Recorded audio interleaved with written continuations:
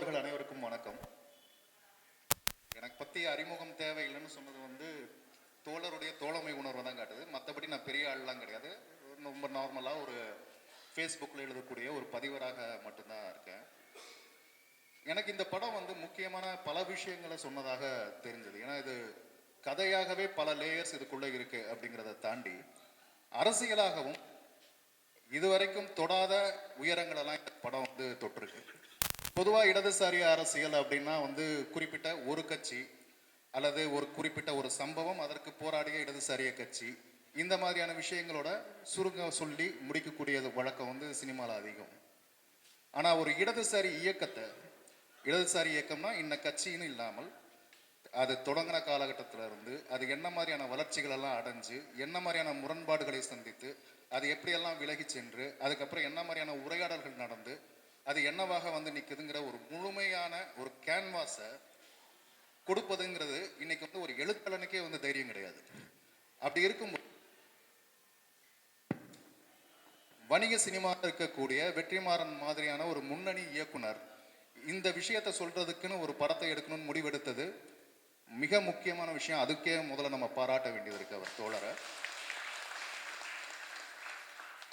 அடுத்ததா பாத்தீங்கன்னா, இன்னைக்கு வரும்போது தான் ஒரு 3 மணி நேரத்துக்கு முன்னாடி தான் வெற்றிமாறன் தோழர் விஜய் சேதுபதியோட சேர்ந்து ஒரு உரையாடல் நடத்தி ஆர்எஸ் என்டர்டைன்மெண்ட் யூடியூப் சேனலில் போட்டிருந்தாங்க. பார்த்துட்டு வந்தேன். அவர் எப்போ தூங்குறாருன்னே தெரில. கடுமையாக உழைச்சிட்டு தோழர் தமிழ் தான் சொல்லணும். எப்போ தூங்குவாரா, தூங்க மாட்டாரா, சாப்பிடுவாரா, சாப்பிட மாட்டாரான்னு. அப்போ அவர் பேசும்போது ஒரு விஷயம் சொன்னார். இந்த படத்தை பற்றி, இந்த படம் உண்மை சார்ந்து பேசணும்னு நினச்சோம், அதை முன்வைக்கிறத படமாக தான் இந்த படத்தை எடுக்கணும்னு நினச்சோன்னு சொல்லியிருந்தார். இதில் எத்தனை பேர் படம் பார்த்தீங்கன்னு தெரியல. பார்த்துருக்கீங்களா? ஓகே. படத்திலேயே ஒரு வசனம் வரும். அதாவது உண்மைங்கிறது முழுமை, தகவல்ங்கிறது அந்த உண்மையில் ஒரு பகுதி. நான் ஒரு தகவல் சொல்லியிருக்கேன், உங்களுக்கு ஒரு தகவல் தெரியும். இது ரெண்டையும் ஆராய்ஞ்சு பார்த்து எது உண்மைன்னு நீங்கள் கண்டுபிடிங்கன்னு சொல்லி விஜய் சேதுபதி சொல்லுவார். இந்த படத்துடைய மொத்த வடிவமே பார்த்தீங்கன்னா, ஃபர்ஸ்ட் பார்ட்டையும் செகண்ட் பார்ட்டையும் சேர்த்து வச்சு பார்த்தீங்கன்னா, ராஷமன் படத்தில் வர்ற மாதிரி சூரிக்கு ஒரு கதை சொல்லப்படும். விஜய் சேதுபதி ஒரு குற்றவாளி, அவர் தேடி பிடிக்கணும், அவர் இந்த மாதிரியான குற்றங்கள்லாம் பண்ணியிருக்காரு அப்படின்னு ஒரு கதை சொல்லப்படும். அதுதான் நமக்கும் சொல்லப்படுகிற கதை. நமக்கு என்னன்னா, விஜய் சேதுபதிக்கு கண்டிப்பாக கெட்டவராக இருக்க மாட்டாருன்ற ஒரு நம்பிக்கையில் பார்க்கறதுனால நமக்கு அதை ஸ்கிப் பண்ணிடுவோம். பட் ஃபர்ஸ்ட் பார்ட்டில் அவர் ஒரு குற்றவாளியாக காண்பிக்கப்பட்டு அது அரெஸ்ட் பண்ணுவதாக அந்த படம் முடியுது. இந்த படத்தில் வாத்தியாருடைய பாத்திரம் தன்னுடைய கண்ணோட்டத்தில் இந்த பிரச்சனைகள் எல்லாம் சொல்லுது. நான் ஏன் ரயிலுக்கான அந்த விபத்துக்கான உண்மையான காரணம் என்ன, அது எப்படி நடந்துச்சு, அது ஏன் வேணும்னே சொல்லப்படலை, அல்லது வெளியே சொல்லாமல் அந்த விஷயத்தை மறைச்சாங்க, இந்த மாதிரி வெவ்வேறு விஷயங்களை அவர் சொல்ல அதாவது இவர் குற்றவாளி நம்பிக்கிட்டு இருந்த சூரி இந்த படத்தில் த்ரூ அவுட்டாக நடந்துகிட்டு இருக்கிற விஷயங்கள், சம்பவங்கள் சார்ந்து அதன் வழியாக பயணித்து கடைசியில் அவர் அடையிற இடம் எதுனா விஜய் சேதுபதி இருக்கக்கூடிய இடம். பார்வையாளர்களாக நம்மளும் அந்த இடத்த போய் அடையிறோம் படத்தோட முடிவில். இதில் இந்த உண்மைங்கிறது இருக்குது பார்த்தீங்களா, இந்த உண்மை அரசு சொல்லுகிற உண்மை அப்படின்னு ஒன்று இருக்கு, நாம தெரிந்து கொள்ள வேண்டிய உண்மை அப்படிங்கிறது ஒன்று இருக்கு. விஜய் சேதுபதி பேசுகிற, இடதுசாரிகள் பேசுகிற, அரசு சொல்லுகிற உண்மை அல்லாத உண்மை ஒன்று இருக்கு பார்த்தீங்களா, அதுதான் நமக்கான தேவை. அந்த உண்மையை தான் இந்த படம் சொல்லியிருக்கு. அது இல்லாமல் படத்தின் ஆக்கமாக பல விஷயங்கள் நம்ம பேசிக்கிட்டே இருக்கலாம். பட் எனக்கு பர்டிகுலராக இந்த படத்துடைய ஆகச்சிறந்த சாதனையாக நினைச்சது 2 விஷயம். இடதுசாரி அரசியலை முன்வைத்தது, இன்னொன்று அரசுன்னா நம்ம தமிழ் சினிமாவில் பொதுவாக வேஷ்டி சட்டை கட்டிட்டு மயக்க பிடிச்சிட்டு பேசக்கூடிய ஒரு அரசியல்வாதியை காட்டுவோம். அரசுன்றது அது கிடையாது, அது அரசாங்கம். அரசியல்வாதிகள் அரசாங்கத்தில் இருப்பாங்க. அரசுங்கிறது ஐபிஎஸ் ஐஏஎஸ் அதிகார வர்க்கம். அவங்க யாரையும் நமக்கு பொதுவெளியில் தெரியாது. 1-2 பேர் நம்ம மீட்டிங்கில் பேசும்போது கேள்விப்பட்டிருக்கலாம். இவங்களை நம்ம எலெக்ஷன் வச்சு தேர்ந்தெடுக்கவும் முடியாது. இவங்க தப்பு பண்ணால் இவங்க மேலே நடவடிக்கையும் பாயாது. ஆனால் இவங்க தான் மொத்த சிஸ்டத்தையும் இயக்கிட்டு இருக்கிறவங்க. இவங்க எந்த அளவுக்கு கண்ட்ரோல்டாக இந்த சிஸ்டத்தை இயக்கிட்டு இருக்காங்கிறதுக்கு உதாரணம், ராஜீவ் மேனன் அந்த வீட்டை விட்டு வெளியவே வர மாட்டார். ஆனால் அந்த வீட்டுக்குள்ளே உட்காந்துக்கிட்டு இந்த மலை பிரதேசத்தில் நடக்கிற அந்த பிரச்சனையில் தொடங்கி சிஎம் ஆஃபீஸில் இருந்து எல்லா இடத்துக்கும் அவர் வந்து ஃபோனில் ரீச் பண்ணி இந்த விஷயத்தை எப்படி நம்ம ப்ரொஜெக்ட் பண்ணணும், இதை செய்திகளுக்கு எப்படி ஊடகங்களுக்கு என்னவாக சொல்லணும். இப்போ இவனை வந்து செத்துட்டான்னு இப்போ நம்ம சொல்லாமல் இதை வந்து மறைச்சு நம்ம கொஞ்ச நாள் கழித்து மெல்ல வெளியிட்டோம்னா அப்போ வந்து மக்கள் வந்து ஒரு புது தலைவர் உருவாக்குவதற்கான தேவை இல்லாமல் அது வரைக்கும் நம்பிக்கிட்டே இருப்பாங்க. இந்த மாதிரியான விஷயங்கள்லாம் பேசுறது இருக்கு இல்லையா, இவ்வளவு அப்பட்டமாக கிட்டத்தட்ட நிர்வாணமாக அரசை வந்து காண்பிக்கிறதுங்கிறதுக்கு ஆக சிறந்த துணிச்சல் வேணும். அது இந்த படத்தோடைய 2ஆம் சாதம். அதனால் இதை என்னோட முதல் பார்வையாக வைக்கிறேன். அடுத்தடுத்து நம்ம தொடர்ச்சியாக பேசுவோம். நன்றி தோழர். அனைவருக்கும் வணக்கம். எனக்கும் வந்து ராஜசங்கீதன் சொன்னது மாதிரில எனக்கும் அளவில்லாத மகிழ்ச்சி இந்த திரைப்படத்தை பார்த்த உடனே. ஆக்சுவலாக என்னென்னா, ராஜசங்கீதன் சொன்ன அதுலேருந்தே நான் ஆரம்பிக்கலாம்னு நான் நினைக்கிறேன். முதல்ல ஆக்சுவலாக இது நாள் வரையில் திரைப்படம் அதாவது என்ன சொன்னாங்க, விஷுவல் மீடியா ஒரு ரொம்ப லேட்டராக இப்போ வந்து ஜனநாயகப்படுத்தப்பட்ட நிலையில் நீங்கள் எல்லா எங்கேயும் கேமராவோட இருந்து எல்லாத்தையும் எல்லாருக்கும் பேசுகிறதையோ அல்லது செயல்படுறதையோ அல்லது உடல் மொழியோட சேர்த்தே காண்பிக்கிறதுக்கான பாசிபிலிட்டி இப்போ வந்து பிறகு அது வேற தான். அதுக்கு முன்னாடி இந்த சோஃபார் இந்த இப்படி நடந்திருக்கிறத இந்த சினிமா கதையினுடைய களத்தையோ அவர் சொன்னது போல ஒரு 3 பார்ட்டை தான் அது நம்மளை வந்து ரீச் பண்ணியிருக்குன்னு நான் நினைக்கிறேன். எப்படின்னா, ஒன்று ஒருத்தர் சொல்கிற செய்தி, இன்னொன்று பிரிண்ட் மீடியா தான். பிரிண்ட் மீடியாவிலேருந்து நீங்கள் அஸ்யூம் தான் பண்ண முடியும். நீங்கள் அதுலேயும் ஒரு அரசியல் என்னென்னா, எதை சொல்லலாம், பத்திரிகை எதை சொல்லலாம், எழுத்துப்பூர்வமாக எதை சொல்லலாம், எதை பேசலாம் என்றது மூலியமாக உங்களுக்கு கடத்தப்படுறது. அதுலேயும் நிறுத்தப்படுற செய்தி, சொல்லப்படுற செய்தி, சொல்கிற விதத்தில் எதை சொல்லணும், நீங்கள் எப்படி எடுத்துக்கிறணுன்றதுக்காக சொல்கிறது, இப்படியெல்லாம் இருந்த நிலை போய் இப்போ வந்து விஷுவலாகவே எல்லாமும் சொல்லிட முடியும் அப்படின்ற இடம் வர்ற இடத்துல இது நாள் வரையில் இருந்தது இப்படியான ஒரு பகுதியை சொல்ல முடியாத அல்லது இதை நேரடியாக பேச முடியாத அப்படி இருந்த ஒரு வாழ்க்கை முறை அல்லது ஒரு அரசியல் நிலையோ இதை வந்து மெயின் ஸ்ட்ரீம் சினிமாவில், எஸ்பெஷலி மெயின் ஸ்ட்ரீம் சினிமாவில் அதே மொழியில் சொல்லுவதற்கு, அதே மக்களுக்கு முன்னாடி அதை விரித்து வைக்கிறதுக்கான பாசிபிலிட்டி கைகூடி வந்திருக்கிறது தான் மிகப்பெரிய வெற்றியாக நான் கருதுகிறேன். அதுலேயும் ஒரு பொறுப்போடு செயல்படுகிற ஒரு கலைஞரால் தான் அது வந்து கலைஞரால் அது கிடைக்குது பீப்புளுக்கு. அந்த வகையில் எனக்கு வந்து இது இன்னும் என்னென்னா, விஷுவலாக இருக்கிறதுனால அது வந்து என்ன செய்தியை சொல்ல வருது அப்படின்றத அது வந்து இதாக ரியலிஸ்டிக்காக பியூட்டிஃபுல்லாக வந்து கனெக்ட் பண்ணுது. கூட நான் இந்த படத்தை பார்த்ததில் நான் கண்டது என்னென்னா, இந்த 30 ஆண்டுகளில் 35-40 ஆண்டுகளுக்குள்ள பாப்புலராக ஒரு இமேஜ் இருக்கு. நான் சொல்றதுலேயே இதுலேயே விஷுவலாக ஒரு பாப்புலராக ஒரு இமேஜ் இருக்கு. ஒரு போராளி ஒருத்தர் இறந்துட்டாருன்னா அவர் எப்படி ஃபோட்டோகிராஃபி உங்களுக்கு காமிச்சிருக்கு, அல்லது ஒரு சம்பவத்தை இந்த புகைப்படங்கள் அல்லது ஒரு காட்சியாக உங்களுக்கு ஏற்கனவே எப்படியெல்லாம் உங்களுக்கு காண்பிக்கப்பட்டிருக்கு, அல்லது காண்பிக்கப்பட்டிருக்கின்றத விட நாம் எப்படி பார்த்துருக்கு, பொது சமூகம் எப்படி பார்த்துருக்கு, அதன் மூலியமாக எல்லார் மனதிலையும் உறைந்திருக்கிற ஒரு சித்திரங்கள் மூலியமாகவே இந்த சினிமா இந்த சம்பவங்களை கோர்த்து பிரமாதமாக வந்து காமிக்கிறதாக நான் வந்து இந்த படத்தை பார்த்தேன். அதில் வந்து கூடவே எனக்கு வந்து வெற்றிமாறனை பாலுமகேந்திரா சார் இருக்கிற காலகட்டத்திலிருந்தே அவங்கெல்லாம் சேர்ந்து இயங்கிய காலகட்டத்திலிருந்தே எனக்கு தெரியும். கூட விஷுவலாக நான் இன்னைக்கு ரொம்ப லிமிட்டடாக இன்னைக்கு இருக்கிற யங் டைரக்டர்ஸில் விஷுவலாக எல்லாத்தையுமே விஷுவலாக யோசிக்கிற இயக்குநர்களில் மிக முதன்மையான இயக்குநராகவும் நான் வெற்றிமாறனை ஒரு 2-3 பேரை நான் பார்க்குறது மாதிரி இல்லை முதன்மையானவராக வெற்றிமாறனையும் பார்க்குறேன். அந்த வகையில் இந்த திரைப்படம் விஷுவலாக பேசுகிறதோட ராஜசேகரன் சொன்னது போல் உண்மையை வைக்கிறது. அதாவது 3 விதமாக, அதாவது சொல்கிற கதை வேற, கேட்குற கதை வேற, படிக்கிற கதை வேற, பார்க்குற கதை வேறையா இருந்ததை எல்லாவற்றையும் வந்து இப்போ இருக்கிற மாடர்ன் பாசிபிலிட்டியில் அதை வந்து தனித்த தெளிவான ஒரு பாண்டித்தியத்தோடு இந்த திரைப்படம் இதுவரையில் மக்களுக்கு கிடைக்காத, மக்களுக்காக உழைத்திருக்கிற, அவங்கள பற்றிய செய்தி, வராத செய்தியை கேள்விப்பட்டதாக இருந்த இடத்துல இருந்து பொது மொழியில், அதுலேயும் குறிப்பாக மெயின் ஸ்ட்ரீம் சினிமாவுடைய லாங்குவேஜ்லேயே அது வந்து பேசுவதன் மூலமாக இந்த சினிமா மிக மிக முக்கியமான ஒரு காரியத்தை செய்திருக்கிறது என்றுதான் நான் முதல்ல இதை சொல்லணும்னு நினைக்கிறேன். அடுத்து பேசுவோம். நீங்களே கடைசி.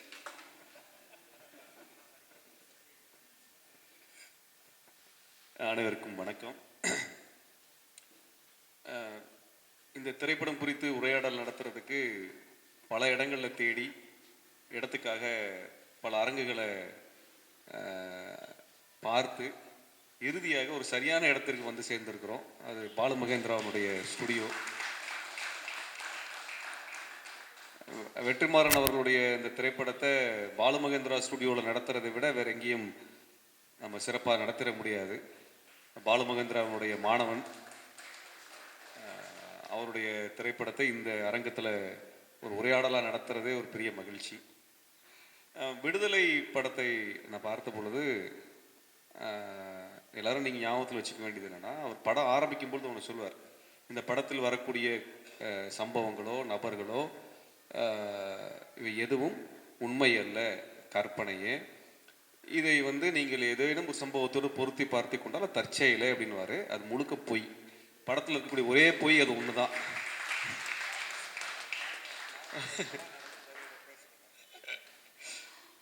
படத்தில் அந்த ஒரு பொய் தான் அவர் சொல்லியிருக்கிறாரு. மற்றபடி படம் முழுக்கவுமே வந்து நம்ம தமிழ்நாட்டுடைய கடந்த 60 ஆண்டு கால வரலாறை வந்து 60-80 ஆண்டு கால வரலாறை வந்து ஒரு திரைப்படமாக ஒரு 2.5 மணி நேரத்துக்குள்ள சுருக்கி கொடுத்துருக்கிறார். இந்த 80 ஆண்டு கால அனுபவம் நமக்கு தமிழில் நம்மளுக்கு இருக்கக்கூடிய அனுபவங்கள் இருக்குல்ல, பல சம்பவங்களில் நம்ம பார்த்த அந்த அனுபவங்கள் இந்த படத்தில் பல்வேறு காட்சிகளோடு நம்மளுக்கு பொருத்தி போகிறத வந்து நம்மளால் தவிர்க்கவே முடியாது. தமிழர்களுடைய வாழ்க்கை எப்படி இருந்தது, ஒரு விவசாய கூலியாக நம்ம எப்படி இருந்தோம் அப்படிங்கிறத இந்த படத்தில் நம்ம உணர முடியும். தொழிலாளியாக எப்படி தமிழர்கள் இருந்தார்கள் அப்படிங்கிறத உணர முடியும். நமக்கு வாய்த்த அரசியல்வாதிகள் எப்படி இருக்காங்க அப்படிங்கிறதையும் நம்ம படத்தில் பார்க்க முடியும். நமக்கான அதிகாரிகள் எப்படியெல்லாம் இருந்திருக்கிறாங்க அப்படிங்கிறதும் படத்தில் நீங்கள் பார்க்க முடியும். நம்மோடு இருக்கக்கூடிய தோழர்கள் எப்படி இருக்கிறாங்க, சக மனிதர்கள் எப்படி இருக்கிறாங்க, அன்பு எப்படி இருந்திருக்கு, காதல் எப்படி இருந்திருக்கிறது, இது எல்லாமே வந்து இந்த படத்தில் நம்ம வந்து இந்த 80 ஆண்டு கால விஷயத்தையும் தொகுத்து சொல்லியிருக்காங்க. 80 ஆண்டுகளுக்கு முன்பாக இருக்கக்கூடிய சம்பவங்களை சொல்லக்கூடிய அந்த காட்சி அது ஒரு 60-70 ஆண்டுகளுக்கு பின்னாடி நடக்கக்கூடிய காட்சியோடு பார்த்தோம்னா அது எல்லாமே பொருத்தி பார்க்கக்கூடிய காட்சியாகவே நம்மளுக்கு இருக்குது. எதுவுமே வந்து அந்நியமாலாம் இல்லை. அந்த படத்தில் வந்து நீங்கள் பார்க்குறது வந்து இன்னும் சொல்ல போனால் அந்த படத்தை குடும்பத்தோடு பார்க்கணும்னு நம்ம சொல்கிறோம். ஏன்னா உங்கள் ஒருவேளை திரைப்படம் பார்ப்பதற்கு வந்து உங்கள் வீட்டில் பெரியவராக இருக்கக்கூடியவங்க, உங்கள் தாத்தாவோ அல்லது ஒரு 60-70 வயது கொண்ட ஒருவரோ வர்றாங்கன்னா, ஒரு அம்மாவோ வர்றாங்கன்னா, அவங்க காலத்தில் என்னெல்லாம் பார்த்தாங்களோ, என்னெல்லாம் அனுபவிச்சாங்களோ அதையெல்லாம் நீங்கள் இந்த படத்தில் அவங்க மூலயமா நீங்கள் ரெஃபர் பண்ண முடியும். அதே போல் ஒரு 30-40 ஆண்டுகளுக்கு முன்னாடி என்ன நடந்துச்சு அப்படிங்கன்னா, அது மாதிரி ஒரு 50-40 வயது கொண்ட இளைஞர்களோடு நீங்கள் அதை வந்து 50-40 இப்போ இளைஞர்கள் தான், அதனால் அதோடையும் சேர்த்து வந்து நம்ம அந்த படத்தில் காட்சியில் பார்த்துக்க முடியும். இதில் நம்மளுக்கு வந்து இது வரைக்கும் தமிழ் திரையுலகத்தில் எப்பவும் பார்த்திங்கன்னா எல்லா சமூக போராட்டம் நடக்கும். அதில் வந்து அரசியல்வாதியை போட்டு அடித்து நொறுக்குவாங்க. அவர் வந்து அரசியல்வாதி வில்லனாக இருப்பார். முக்கால்வாசி படத்தில் அரசியல்வாதி வில்லனாக இருப்பார், கட்சிக்காரர் வில்லனாக இருப்பாங்க. கடைசியில் அதை எல்லாம் சரி பண்ணக்கூடிய ஆளாக 2 பேரை காமிப்பாங்க. ஒன்று நீதிபதி வந்து எல்லாத்தையும் சரி பண்ணுவார், இல்லை கலெக்டர் ஆஃபீஸர் வந்து சரி பண்ணுவார் அப்படின்னு. உண்மையாக சொல்ல போனால் இந்த பிரச்சனைக்கெல்லாம் யார் காரணம் அப்படிங்கிறத இந்த அதிகாரிகள் எப்படி யோசிக்கிறாங்க அப்படிங்கிறத சரியாக வந்து இந்த படத்தில் காமிச்சிருக்கிறாங்க. அதாவது நம்மளுடைய பொதுவாக நம்ம கேட்டால் என்ன சொல்லுவோம், இப்போ இந்த பள்ளிக்கூட மாணவர்களை பார்த்து கேட்டோம்னா, நீ என்னப்பா ஆகணும்னு நினைக்கிற? நான் கலெக்டர் ஆகணும்னு நினைக்கிறேன், நான் ஐஏஎஸ் ஆகணும்னு நினைக்கிறேன், இன்னும் நாட்டுக்கு நல்லது பண்ண நெஞ்ச நிமித்திட்டு நான் ஐபிஎஸ் ஆகணும்னு நினைக்கிறேன் அப்படின்னு வந்து நம்ம பொதுவாக சொல்லி பழகிட்டோம். இன்னும் சொல்லப்போனால் ஐஏஎஸ்க்கு படிக்கிறேன், ஐபிஎஸ்க்கு படிக்கிறேன் அப்படிங்கிறது ஒரு பெருமையான ஒரு விஷயமாகவும் நம்ம வந்து பார்த்துருக்கோம். ஆனால் இந்த ஐஏஎஸ் என்ன வேலை செய்யும், ஐபிஎஸ் எப்படி இயங்கும் அப்படிங்கிறத வந்து இந்த திரைப்படத்தில் ஒரு என்ன சொல்லப்போனால் பாடமாகவே எடுத்திருக்கிறாங்க. இதை வந்து நம்ம வந்து இத்தனை ஆண்டு காலமாக இங்கே இருக்கக்கூடிய இயக்கங்கள் எவ்வளவோ பிரச்சாரம் செஞ்சு அதை கொண்டு போகணும்னு நினச்ச விஷயத்த ரொம்ப எளிமையாக ரொம்ப துல்லியமாக இந்த படத்தில் காமிச்சிருக்கிறாங்க. அது வந்து இந்த படம் வந்து ஏன் வரலாற்று சிறப்பு மிக்க படம் அப்படின்னா, நம்மெல்லாம் கண்ணுக்கு முன்னாடி பார்க்கக்கூடிய இத்தனை பிரச்சனைகளுக்கு யார் காரணம், கண்ணுக்கு தெரியாமல் இருக்கிறார்களே அவர்கள் எப்படி இயங்குறாங்க, எப்படி யோசிக்கிறாங்க, எதை பார்க்குறாங்க, எப்படி முடிவெடுக்கிறாங்க. இப்போ நம்ம இங்கே பார்க்குற ஒரு குடிசைகள் அகற்றுறது, வீடுகள் இடிக்கிறது அப்படின்னா அது யார் முடிவெடுக்கிறா, அது எப்படி நடைமுறைக்கு வருது, இதெல்லாம் நம்மளுக்கு தெரியறதே கிடையாது. நீங்கள் அரசியலில் வேலை செய்கிறவங்களுக்கு தெரியும், ஆனால் பொதுமக்களுக்கு இது என்னன்னு தெரியாது. பொதுமக்கள் பார்வையில் இவங்கெல்லாம் ஐஏஎஸ் அதிகாரிகள், ஐபிஎஸ் அதிகாரிகள் ரொம்ப நேர்மையானவங்க, நல்லவங்க அப்படிங்கிற ஒரு தன்மை இருக்கும். அப்படிதான் நம்ம எல்லாம் பார்த்துருப்போம். ஆனால் அந்த ஐஏஎஸ் அதிகாரியோ ஐபிஎஸ் அதிகாரியோ ஒரு முதலமைச்சரான என்ன நிலைமையில் இருக்கும் அப்படிங்கிறது நீங்கள் இந்த படத்தில் யோசிச்சு பார்க்கலாம். நான் அண்ணாமலை சொல்கிறதா எடுத்துக்க வேண்டியதில்லை. நீங்கள் வந்து ஆனால் இவங்கெல்லாம் யார், இவங்கெல்லாம் எப்படி உருவாக்கப்பட்டிருக்கிறாங்க அப்படிங்கிறது, இவங்க எப்படி ட்ரெயின் அப் ஆகியிருக்காங்க, மனிதர்களை எப்படி பார்க்குறாங்க, குடிமக்களை எப்படி பார்க்குறாங்க அப்படிங்கிறதெல்லாம் அந்த படத்தில் வந்து வகுப்பாக எடுத்திருக்கிறாரு. நிறைய அந்த படத்தில் நம்ம பேசலாம். ஆனால் அடிப்படையில் நீ ஒரு குடும்பத்தோடு போய் பார்க்கும் பொழுது இன்றைய தலைமுறைக்கு, இன்னைக்கு இருக்க தலைமுறைக்கு எப்படி இந்த உரிமையெல்லாம் நம்மளுக்கு கிடைச்சிது, நம்மளுக்கு உரிமை நம்மளுக்கு இப்படி போராடி வாங்கணுங்கிறதே நம்ம யாரும் சொல்கிறது இல்லை பொதுவாகவே. ஆனால் வந்து எல்லார் வீட்லேயும் நம்மளுக்கு ஒரு விஷயம் தெரியும். எங்கள் அப்பா எவ்வளோ கஷ்டப்பட்டு ஸ்கூலுக்கு போனார் தெரியுமா, எங்கள் தாத்தா ஸ்கூலுக்கே போக முடியாமல் எவ்வளோ கஷ்டப்பட்டு வேலை செஞ்சார் தெரியுமான்னு எல்லா வீட்லேயும் ஒரு கதை இருக்குது. எல்லார் வீட்லேயும் அந்த கதை இருக்குது. ஒரு காலத்தில் நாங்கள் எவ்வளோ கஷ்டப்பட்டோம் தெரியுமா, எப்படிப்பட்ட வீட்டில் நாங்கள் இருந்தோம் தெரியுமா, எங்கள் ஊருக்கு பஸ்ஸே இருக்காது, எங்கள் ஊருக்கு ரோடே இருக்காது, எங்களுக்கு வேலையே இருக்காது, சாப்பிட்றதுக்கு நல்ல சாப்பாடு இருக்காது, போகிறதுக்கு நல்ல சட்டை இருக்காது, தீபாவளிக்கு மட்டும் தான் சட்டை எடுப்போம். இப்படி எல்லா குடும்பத்துக்குள்ளே ஒரு கதை இருக்கும். ஆனால் இதெல்லாம் ஏன் அப்போ இப்படிலாம் இருந்துச்சு அப்படின்னு தெரிஞ்சுக்கணுன்னா இந்த படம் வந்து அதுக்கான ஒரு காரணத்தை உங்களுக்கு சொல்லும். ஏன் இன்னைக்கு சமகாலத்தில் நம்ம வந்து பார்த்திங்கன்னா ஸ்டெர்லைட்டில் ஏன் நம்ம வந்து போராடுறோம், அங்கே ஏன் மக்கள் படுகொலை செய்யப்பட்டாங்க, ஏன் வந்து மதுரை பக்கத்தில் நம்மளுடைய ஊர்களை காப்பாற்றுவதற்காக போராட்டம் நடந்துட்டு இருக்குது, ஏன் நேற்றுக்கு கூட எண்ணூரில் வந்து தெர்மல் பவர் ஸ்டேஷன் வேண்டாம்னு சொல்லி அவங்க எதிர்ப்பு தெரிவிக்கிறாங்க, இது எல்லாமே நீங்கள் இதோட சேர்த்து பார்க்க முடியும். அப்போ இது ஒரு 60-70 ஆண்டு காலம் தமிழ்நாட்டினுடைய தமிழர்களினுடைய நினைவிலே இருந்த சம்பவங்களுடைய தொகுப்பாக அதை கொடுத்துருக்குறாங்க. இந்த தமிழ் மக்கள் சந்திச்ச பிரச்சனைகளை எல்லாம் தீர்க்கணும்னு நினைச்சவங்க இருக்காங்க இல்லையா, அவர்கள் யார், அவங்க என்ன தியாகம் எல்லாம் பண்ணாங்க, எப்படி எல்லாம் போராடினாங்க, அதையெல்லாம் இந்த படத்துல நீங்க வந்து பார்க்க முடியும். இது வரலாறு இது வரைக்கும் சொல்லவே படல. நம்மளுக்கு பொதுவாகவே வந்து இப்போ மோடி ஆட்சிக்கு வந்ததுக்கு பின்னாடி கம்யூனிஸ்ட் அப்படின்னாலே, முற்போக்கு பேசணும் அப்படின்னாலே அர்பன் நக்சல்ஸ்ன்னு ஒரு பேர் வைக்கிறாங்க. இந்த நக்சலைட்டு அப்படிங்கிறது யாரு நம்மளுக்கு சொல்லப்பட்டதே கிடையாது. தினம் பத்திரிகைகள் படிப்போம், 2 நக்சலைட்டுகள் சுட்டுக்கொலை, 2 நக்சலைட்டுகள் அங்கே வந்து என்கவுண்டர் செய்யப்பட்டார்கள் அப்படின்னா நம்மளுக்கு செய்தியை பார்த்தோம். இவங்க யாரு, இவங்க என்ன செய்யணும்னு நினைக்கிறாங்க, இவங்க நோக்கம் என்ன அப்படின்னு நமக்கு யாரும் சொன்னதே கிடையாது. ஆனால் அந்த கம்யூனிஸ்டுகள் யாரு, எதை மாற்றணும்னு நினைச்சாங்க, எதை கொண்டு வரணும்னு நினைச்சாங்க அப்படிங்கிற ஒரு வரலாறை இதுவரைக்கும் இந்தியாவிலே சொல்றதுக்கு யாருக்கும் பெரிய அளவுக்கு துணிச்சல் இருந்ததில்லை. அதை தொட்டும் தொடாமல் பட்டும் படாமல் நல்லா சொல்லிட்டு போவாங்க. படத்தில் ஒரு கரெக்டராக வந்துட்டு போயிடும். அப்புறம் கடைசியில் என்ன பண்ணுவாங்கன்னா, இவங்களும் தப்பு தான், இவங்க முறையும் தப்பு தான், அந்த முறையும் தப்பு தான் அப்படின்னு சொல்லி எல்லாத்தையும் பூசி மூழ்கிட்டு போகிறது நம்ம நடந்துகிட்டே இருக்கு. ஆனால் இதில் தோல் உரிச்சு காட்டுறதுன்னு சொல்லுவாங்க இல்லைங்களா, அது வந்து இந்த படத்தில் இருக்குது. அதனால் இது வரைக்கும் நமக்கு சொல்லாத பல விஷயங்கள், நம்ம கேட்காத பல விஷயங்கள் இந்த படத்தில் வெளிப்படையாக துணிச்சலாக சொல்லியிருக்கிறார்.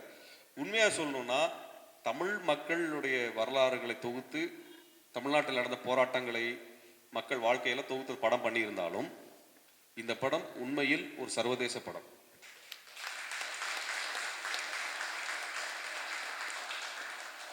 இந்த படத்தோடைய சிறப்பம்சமே அதான். இந்த படத்தை நீங்க உலகத்துல எந்த நாட்டில் போய், 3ஆம் உலக நாடுகளில் எந்த நாட்டில் போய் அந்த மொழியில போட்டாலும் அந்த மக்களுக்கு இது புரியும், அந்த மக்களுக்கு இந்த அரசியல் தெரியும்.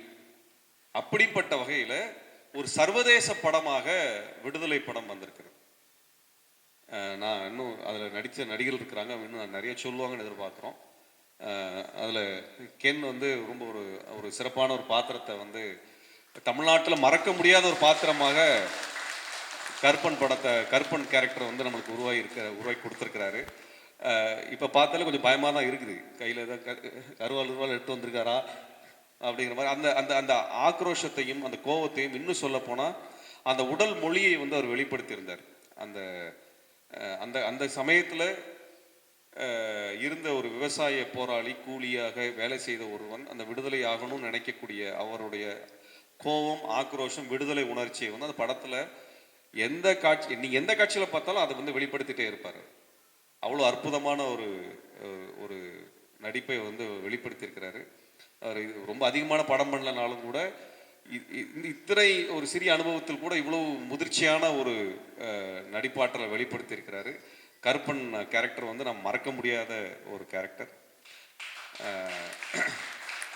அவருக்கு எனது வாழ்த்துக்களை தெரிவித்துக் கொள்கின்றேன். அவரும் இந்த படத்தை கேரக்டரை பற்றி அவர் பேசுவார். அடுத்து நான் இயக்குனர் தமிழ். நிஜமாக பார்த்தாலே கொஞ்சம் பயமாக தான் இருக்கிற மாதிரி. இன்னும் அந்த அந்த ஒரு என்ன சொல்கிறது, ஒரு காவல்துறையில் எப்படி இருப்பாங்க, எப்படி நடப்பாங்க, எப்படி நிற்பாங்க, எப்படி பேசுவாங்க, எப்படி யோசிப்பாங்க, அது எப்படி கொண்டு வந்தாங்கன்றது தெரியல. அது அவர்கிட்ட தான் கேட்கணும்.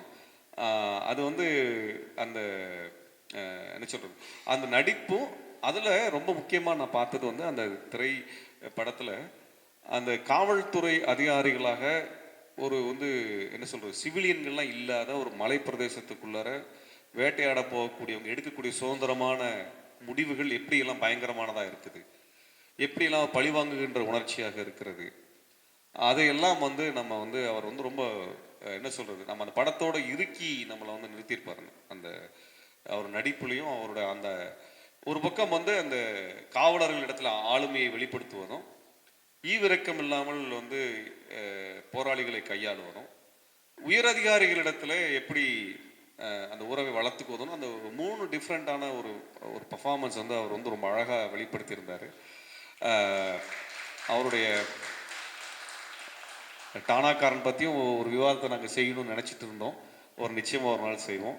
ஆகவே எங்களுக்கு 3 பேருக்கும் வந்து நாங்கள் வந்து ஒரு வெளியிலேருந்து திரைப்படத்தை பார்த்துருக்குறோம். திரைப்படத்திற்குள்ளாக எப்படி இருந்தது, எப்படி அந்த கேரக்டர் எமர்ஜ் ஆச்சு அப்படிங்கிறதெல்லாம் அவங்க கிட்ட தான் நாங்கள் தெரிஞ்சுக்கணும்னு நினைக்கிறோம்.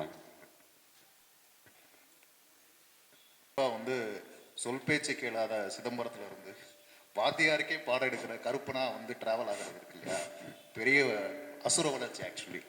அது வந்து எப்படி நேர்ந்ததுங்கிறது கொஞ்சம் சொல்லுங்க. எல்லாருக்கும் வணக்கம். ரொம்ப கொஞ்சம் நர்வஸாக இருக்குது, ரொம்ப சந்தோஷமாக இருக்குது. இப்படி ஒரு ஸ்டேஜில் இவங்க எல்லாருக்கூடையும் உட்கார்றது நான் பெரிய பிளெஸிங்காக நினைக்கிறேன். அண்ட் இதில் குரூப்பில் டூப்பு நான் ஒருத்தன் தான். அவங்க பேசுனதெல்லாம் எனக்கு கொஞ்சம் ரொம்பலாம் தெரியாது. எனக்கு படத்தை பற்றி லைக் இந்த படத்தில் வேலை செஞ்சது அதை பற்றிலாம் மட்டும்தான் தெரியும். என்னுடைய லைஃப்பில் வந்து இந்த படம் வந்து ரொம்ப முக்கியமான ஒரு படமாக மாறினதுக்கு நான் வெற்றிமாறன் சாருக்கு இந்த ஸ்டேஜில் நான் ஒரு பெரிய தேங்க் பண்ணிக்கிறேன். ரொம்ப சந்தோஷமாக இருக்குது. அண்டு ப்ரெஸ், மீடியா அண்ணன் உங்கள் எல்லாருக்கும் ரொம்ப தேங்க்ஸ். நான் நேற்றுலேருந்து எனக்கு நிறைய பேர் கால் பண்ணி ரொம்ப விஷ் பண்ணாங்க. அது எனக்கு ரொம்ப சந்தோஷமாக இருந்துச்சு. இந்த படத்தில் முக்கியமாக ப்ரெஸ் அண்ணாக்கள் நிறைய பேர் ரிவ்யூஸாக இருக்கட்டும் எல்லாத்துலேயுமே என்னை ரொம்ப மென்ஷன் பண்ணது எனக்கு ரொம்ப சந்தோஷமான விஷயம். என் குடும்பத்தில் எல்லாருமே உங்களுக்கு நன்றி சொல்கிறோம். Thank you so much. அதுக்காக இந்த படம் எனக்கு என் லைஃப்பில் வந்து இது நான் எக்ஸ்பெக்டே பண்ணாமல் நடந்தது. நான் ஒரு அசிஸ்டன்ட் டைரக்டராக ஒர்க் பண்ணிவிட்டு சுற்றிக்கிட்டு இருந்தேன். அப்போது வெற்றி சார் வந்து ஒரு நாள் என்னை கூப்பிட்டு ஒன்று தான் சொன்னார், நீ கோமணம் கட்டணுண்டான்னு சொன்னார். சரி சார்ன்னு சொன்னேன். அது மட்டும்தான் எனக்கு தெரியும். ஷூட்டிங் ஸ்பாட் போனதுக்கப்புறம் தான் என் கேரக்டர் பேர் கருப்பன்றதே எனக்கு தெரியும். என் மண்டை எப்படி வெட்ட போகிறாங்கன்றது தெரியும். வீட்டுக்கே நான் அடையாளம் தெரியாத மாதிரி ஆக்கிட்டாங்க. பட் ஒரு நாளுமே இந்த படத்தில் நான் ஒர்க் பண்ணப்போ டியூரிங் திஸ் மூவி எனக்கு ஃப்ராக்சர் ஆச்சு, ரிப் ஃப்ராக்சர் ஆச்சு. அது ஒரு ஏன்னா அங்கே அந்த சேரும் சகதியமாக இருந்தனால ரொம்ப வழுக்குச்சு, யாருக்குமே ஒரு கிரிப்பே இல்லை.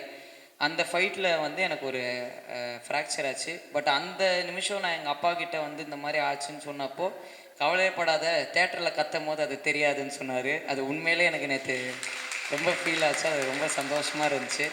அதுக்காக நான் எல்லாருக்கும் நன்றி சொல்கிறேன். இந்த படத்தில் கருப்பனா என்னை வந்து நான் பண்ண இந்த கேரக்டர் அண்ட் என்னை மொத்தமாக மாற்றினது என் இயக்குனர் வெற்றிமாறன் சார் தான். அவர் தான் எனக்கு எல்லாமே சொல்லி கொடுத்தாரு. அண்ணன் சொன்ன மாதிரி சிதம்பரமாக இருந்த எனக்கு கருப்பை மாதிரி ஒன்று வருன்றதே எனக்கு இந்த படத்தில் பண்ணதுக்கப்புறம் தான் தெரியும். ஏன்னா நான் ஆக்சுவல் சிதம்பரம் தான் எங்கள் அப்பாவை கேட்டால் தெரியும், ரொம்ப திட்டுவார் என்ன. அப்படி தான் சுற்றிட்டு இருந்தேன். நேற்றுக்கு எங்கள் அப்பா கூட படம் பார்க்கும் போது தான் எங்கள் அப்பா ரொம்ப என்னை வாழ்த்த மாட்டார், எதுவுமே சொல்ல மாட்டார். இந்த குழந்தையா ஃபஸ்ட் ப்ளேஸ் வாங்கிட்டேன்னு வந்து எங்கள் அப்பா கிட்ட நின்னா கூட சரி அங்கே வச்சிருன்னுவார். என்ன இப்படி இருக்கார் இவர், ஒரு ஒரு ஒரு இதுவே ஃபீலிங்ஸே இல்லாமல் இருக்காருன்னா. ஆனால் நேத்திக்கு இந்த படத்தில் நான் நடித்தது எங்கள் அப்பாவுக்கு பெரிய பெருமை. இந்த படத்தில் நான் அப்படி பண்ணோன்னே தேட்டரில் வந்து ஃபஸ்ட் டைமாக எங்கள் அப்பா நான் பார்த்து நல்லா பண்ணியிருக்கேன் அப்படின்னு எனக்கு அது ரொம்ப சந்தோஷமாக இருந்துச்சு. அது அது எக்ஸ்பிரஸே பண்ண முடியாத அளவுக்கு ஒரு ஃபீலிங்காக இருந்துச்சு. விடுதலை என்னுடைய லைஃப்பில் ஒரு முக்கியமான படமாகவும் என் லைஃப்பை அது உண்மையில் ரொம்ப மாற்றிருக்குன்னு நான் ரொம்ப நம்புகிறேன். உங்கள் எல்லாருக்கும் ரொம்ப நன்றி. Thank you, thank you so much. Thank you. எல்லாருக்கும் வணக்கம். முதல்ல வந்து இந்த படத்துக்கு வந்து அவையும் படிப்பகம் வந்து ஒரு கலந்துரையாடல் எடுத்ததுக்கு படக்குழு சார்பாக முதல்ல நான் நன்றி தெரிவிச்சுக்கிறேன். வெறுமனே இந்த படத்தில் நடித்தோம் அப்படிங்கிறதுக்காக நான் இந்த மேடையில் வந்து உட்காரலை. இந்த திரைப்படத்தில் சொல்லப்பட்ட கருத்துக்கள் ஒருவேளை இந்த படத்தில் நடிக்காட்டி கூட நான் இங்கே கண்டிப்பாக வந்து உங்களில் ஒரு ஆளாக நான் கண்டிப்பாக இதில் கலந்துருப்பேன். என்னன்னா திரைப்படம் அந்த திரைப்படத்தில் மகாலட்சுமியோட அழுகை வந்து அது மகாலட்சுமியோட அழுகை கிடையாது, அது எண்ணற்ற தாய்மார்களோட அழுகை. போராட்டங்கள் எல்லாரும் இன்புற்று தான். அதுக்காக தான் தோழர்கள் வந்து தொடர்ச்சியான போராட்டங்களை நடத்திக்கிட்டே இருக்காங்க. நிறைய தோழர்களுக்கு அது அங்கீகாரம் கிடைக்காம கூட போயிருக்கலாம். ஆனால் அவங்கள நினைவு கூறுறதுங்கிறது வந்து நம்மளோட கடமை. தமிழர்கள் வந்து எப்போதுமே அந்த இதை நினைவு கூறுறவங்க அப்படிங்கிற முறையில் இந்த திரைப்படம் வந்து தமிழ்நாட்டில் வாழ்ந்த மறைந்த எண்ணற்ற தோழர்களை நினைவுபடுத்துது அப்படிங்கிறது இந்த படத்தோட பெரிய கொண்டாட்டமான மகிழ்ச்சியானதாக நான் பார்க்குறேன்.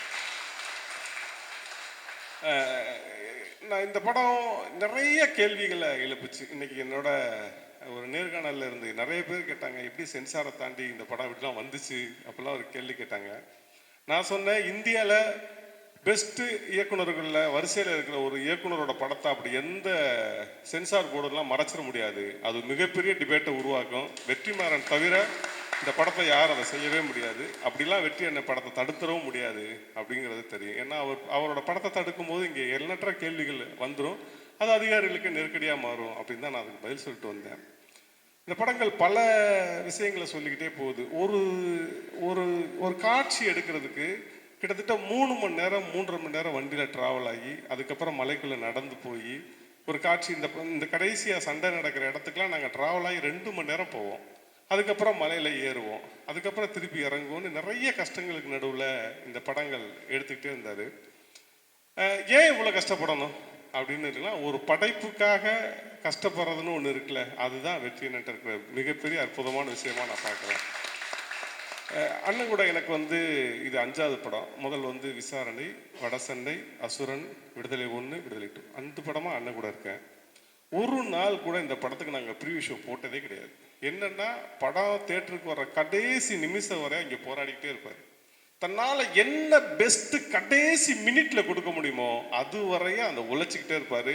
அந்த படம் ரிலீஸ் ஆகிற கடைசி நிமிஷம் வரையும் நாங்கள் எல்லாருமே டப்பிங் தேட்டரில் இருப்போம். அந்த டப்பிங் தேட்டரை விட்டு வரவே மாட்டோம். இந்த படத்துக்கு கூட கடைசியாக முதல் நாள் வந்து நான் 8 நிமிஷத்தை குறைச்சிட்டேன், இந்த படத்துலேருந்து நான் நிறைய கற்றுக்கிட்டேன் அப்படின்ட்டு வெளியில் வந்து சொல்கிற அந்த இதே நீ போட்டிருப்பேன். அது இந்த படத்துக்கு முதல் நாள் நடந்தது. அப்படியா அவரால் அவற்றிருந்து சினிமாவில் நான் கற்றுக்கிட்டது என்னென்னா உழைப்பு தான். ஒரு படத்துக்கு என்ன உழைக்க முடியுமோ, தன்னால் எவ்வளவு கஷ்டப்பட முடியுமோ, எவ்வளோ உழைப்பை செலுத்த முடியுமோ அந்த உழைப்பை செலுத்தி அந்த படத்தை வந்து தூக்கி நிறுத்துவார். தொடர்ச்சியாக தோல்வியே இல்லாத ஒரு இயக்குனர் வரிசையில் மீண்டும் மீண்டும் அமர்றதுக்கு அவரோட உழைப்பு பெரிய காரணம் நான் நினைக்கிறேன். அதனால் மீண்டும் இந்த நிகழ்ச்சி ஏற்பாடு பண்ணதுக்கு ரொம்ப நன்றி. வணக்கம்.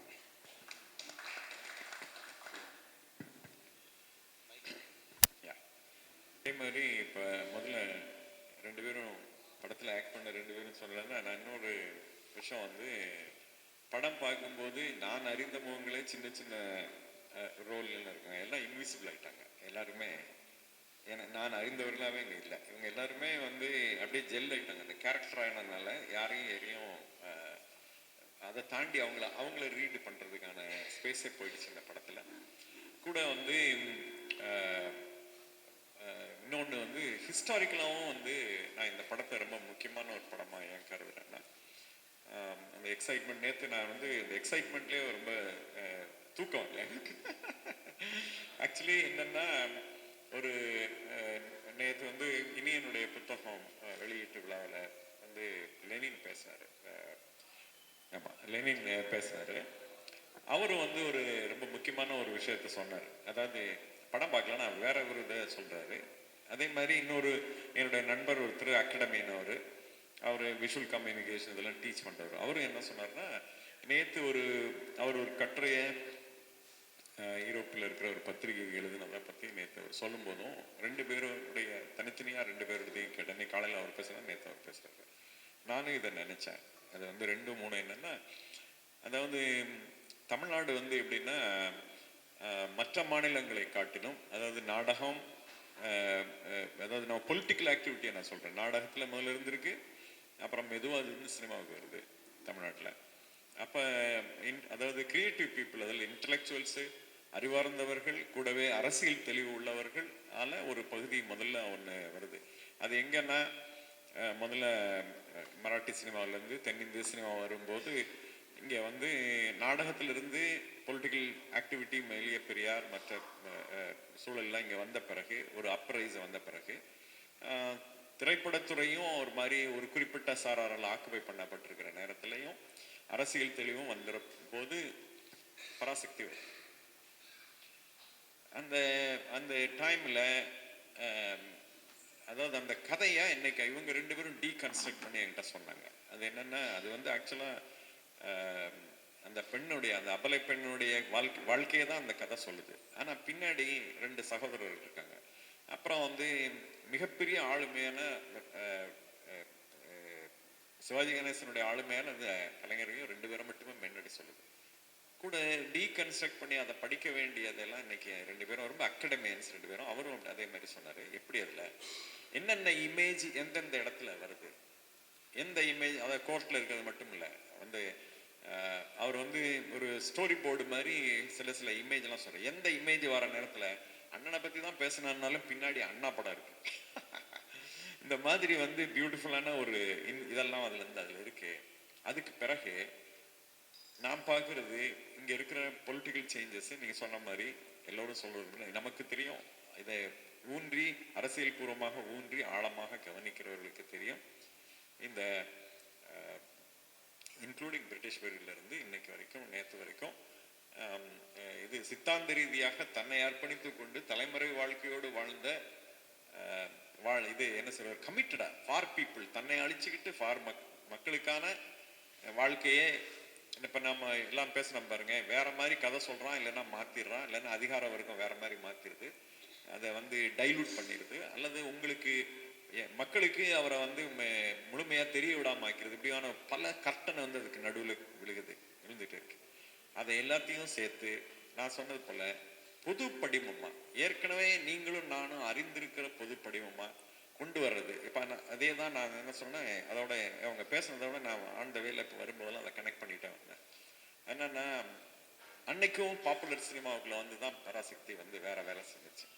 இன்றைக்கு அதாவது மார்க்சிய சித்தாந்தத்தோடு சேர்ந்து இயங்கிய, அல்லது அந்த பார்வையோடு சேர்ந்து இயங்கிய, அல்லது அதனுடைய ஆழத்தையும் தெரிய விடாம மக்கள் பக்கத்துல மக்களுக்காக செயல்பட்டு இருக்கிற மனிதர்களை மக்களை பக்கத்துல அவங்களை அறிய விடாம ஆக்குறதுக்கான சக்தி இருக்கு பாருங்க. அது வந்து பெருகி அவங்கள மறைக்கிற காலகட்டத்துல பொது மொழியில நான் சொன்னது போல 35-40 ஆண்டுகள்ல பொது மொழியில மக்கள் ஏற்கனவே பழக்கப்பட்டிருக்கிற பாப்புலர் சினிமா ஃபார்மேட்டுக்குள்ளேயே சொல்றதுன்றதும் மிக மிக முக்கியமானது. அது வந்து இந்த படம் தான் முதன்மையாக அதை நிகழ்த்தியிருக்கு. இதுக்கு முன்னாடி இதுக்கு இடையில எதுவும் நடக்கவே இல்லைன்னு தான் நான் கருதுறேன். அந்த வகையில வந்து கூட நான் என்ன சொன்னேன்னா, ஒரு ஏபிள் கிரியேட்டிவ் பர்சன், அவங்க சொன்ன மாதிரி கிட்டத்தட்ட நல்லா பெயிண்ட் பண்ற, கடைசி வரைக்கும் ஏதோ டச் பண்ணிட்டு நாங்க இருப்போம். அது போலதான் வந்து வெற்றி ஒர்க் பண்றதெல்லாம் நான் பார்த்துருக்கிறேன். வெற்றி இந்த படம் கடைசி வரைக்கும் ஒர்க் பண்ணிட்டே இருந்தாப்புல அப்படின்றதும் எனக்கு பெரிய மகிழ்ச்சி தான் இருந்தது. ஆனா என்னன்னா, இது வந்து நான் எப்படி சொல்லணும்னா, இனிமே அடுத்து வருகிற கலைஞர்களுக்கு இதுவே பாடம். நான் அப்படிதான் சொல்வேன். எப்படின்னா, இதுவே பாடம். எப்படி ஒரு என்ன சொல்ற சென்சிபிள் ஆர்டிஸ்ட் எப்படி இயங்கணும், in what way they have to do, எந்த வழியில தன்னை தயார்படுத்திக்கிறணும், எந்த வழியில கடைசி வரைக்கும், அதாவது இந்த படத்தை எடுக்கிறதுக்கு அது மட்டும் இல்லை, அந்த போராளியினுடைய வாழ்க்கை மட்டும் இல்லை, இப்படி ஒரு காரியத்தை செய்யணும்னா அந்த கலைஞருக்கும் எல்லாம் இந்த தடையெல்லாம் வரலாம் நாளைக்கு. அப்போ கூட நீங்கள் எப்படி ஒரு கலைஞர் எப்படி இயங்க வேண்டும் என்பதையும் சேர்த்து தான் இந்த படம் சொல்லுதுன்னு நான் நினைக்கிறேன். அந்த வகையில் மிக மிக முக்கியமான படமாக நான் எப்போதும் இதை இன்னும் தொடர்ந்து வருகிற அந்த மாணவர்கள்ட்ட நான் பேசினேன். இப்போ நேற்று இன்னைக்குள்ள நான் பேசினதுலாம் எல்லா இடத்துலையும் இதே தான் பேசிகிட்டே இருக்கிறேன். தொடர்ந்து பேசுவோம். தோழர், எனக்கு தமிழ் தோழர்கிட்ட சில கேள்விகள் இருக்கு. ஜெய் பீம்லேயும் போலீஸ், டானாக்காரன் எடுத்த படமும் போலீஸ், இப்போ இந்த படத்துலையும் போலீஸ். அநேகமாக இன்னும் ஒரு 100 வருஷத்துக்கு அப்புறமா தோண்டி பார்த்தாங்கன்னா இங்கே இருந்த ஒரே போலீஸ் நீங்கள் தான் இருப்பீங்கன்ற மாதிரி வந்து எடுக்கக்கூடிய வாய்ப்பு இருக்குது. ஏன் வந்து போலீஸ் பாத்திரங்கள் நீங்கள் தேர்ந்தெடுக்கிறீங்களா அல்லது வருதா? ஒன்று. ரெண்டாவது கேள்வி வந்து பார்த்தீங்கன்னா தோழர், இதில் முதல் பாகத்தில் வந்து நீங்கள் வந்து நியாயங்களை தட்டி கேட்குற ஒரு பாத்திரமாக இருப்பீங்க. இன்னும் சொல்லப்போனால் அந்த எக்ஸ்டெண்டட் கட்டில் வந்து பார்த்தீங்கன்னா முடிவில் சூரிக்கு அட்வைஸ் பண்ணுவீங்க, நம்ம அதிகாரத்தை பிடிக்கிற வரைக்கும் நம்ம வந்து அவங்க சொல்கிறத கேட்டுட்டு தான் போகணும் அப்படிங்கிறதுல சொல்லுவீங்க. இப்போ இந்த படத்தில் கம்ப்ளீட்டாக நீங்கள் வந்து அந்த பவர் கரப்ட்ஸ், அப்சல்யூட் பவர் கரப்ட்ஸ்னுவாங்க இல்லையா, கம்ப்ளீட்டாக அந்த போலீஸாக மாறி கரப்டாகி ஒரு இடத்துல உட்காந்துருப்பீங்க. ஸோ இந்த இந்த கர்வ் இருக்கு இல்லையா, இந்த பாத்திரத்துக்கான முழுமையை வந்து தோழர் மட்டும் சொல்லிட்டாரா, முன்னாடியே தெரியுமா, அல்லது இது த்ரூ அவுட் படத்தில் வந்து வளர்ந்த விஷயமா அப்படிங்கிறது? என்னன்னா, இந்த போலீஸ் கதாபாத்திரங்கிறது திருப்பி திருப்பி எங்கிட்ட வரதாவே இருக்கு. நான் காக்கி சட்டையே வேணான்னு தான் நான் 12 வருஷம் போலீஸில் ஒர்க் பண்ணிட்டு இருந்தேன். காக்கி சட்டையே வேணான்னு தான் வெளியில் வந்தேன். ஆனால் சினிமாவில் வந்து நான் அதிகமான காக்கி சட்டையை தான் திருப்பி திருப்பி போடுறேன். நான் முதல் கதை வந்து உண்மையிலேயே வேற ஒரு கமர்ஷியல் மீட்டரில் எழுதினேன். வெற்றி அண்ணன் வந்து தான் ஒரு நாள் சொன்னார், உன் பலமே போலீஸ் தான்டா, அதில் ஒரு கதை பண்ணு அப்படின்னாரு. அவர் சொன்னதுக்கு அப்புறம் தான் டானாக்காரன் நான் வந்து எழுதவே ஆரம்பித்தேன். ஆனால் 2வது படம் கண்டிப்பாக போலீஸ் கதை எழுத மாட்டேன், அது ஒரு கேங்ஸ்டர் கதை எழுதிட்டு இருக்கேன். அப்படி தான் போகுது. இந்த கதை வந்து என்னென்னா, எப்போதுமே சினிமாவில் நான் வந்து தலைகீழ குதிக்க தான் முயற்சி பண்ணுவேன். அப்படி வந்து வடசென்னை நடிக்கிற வாய்ப்பெல்லாம் அண்ணன் சொல்லி விட்டேன்.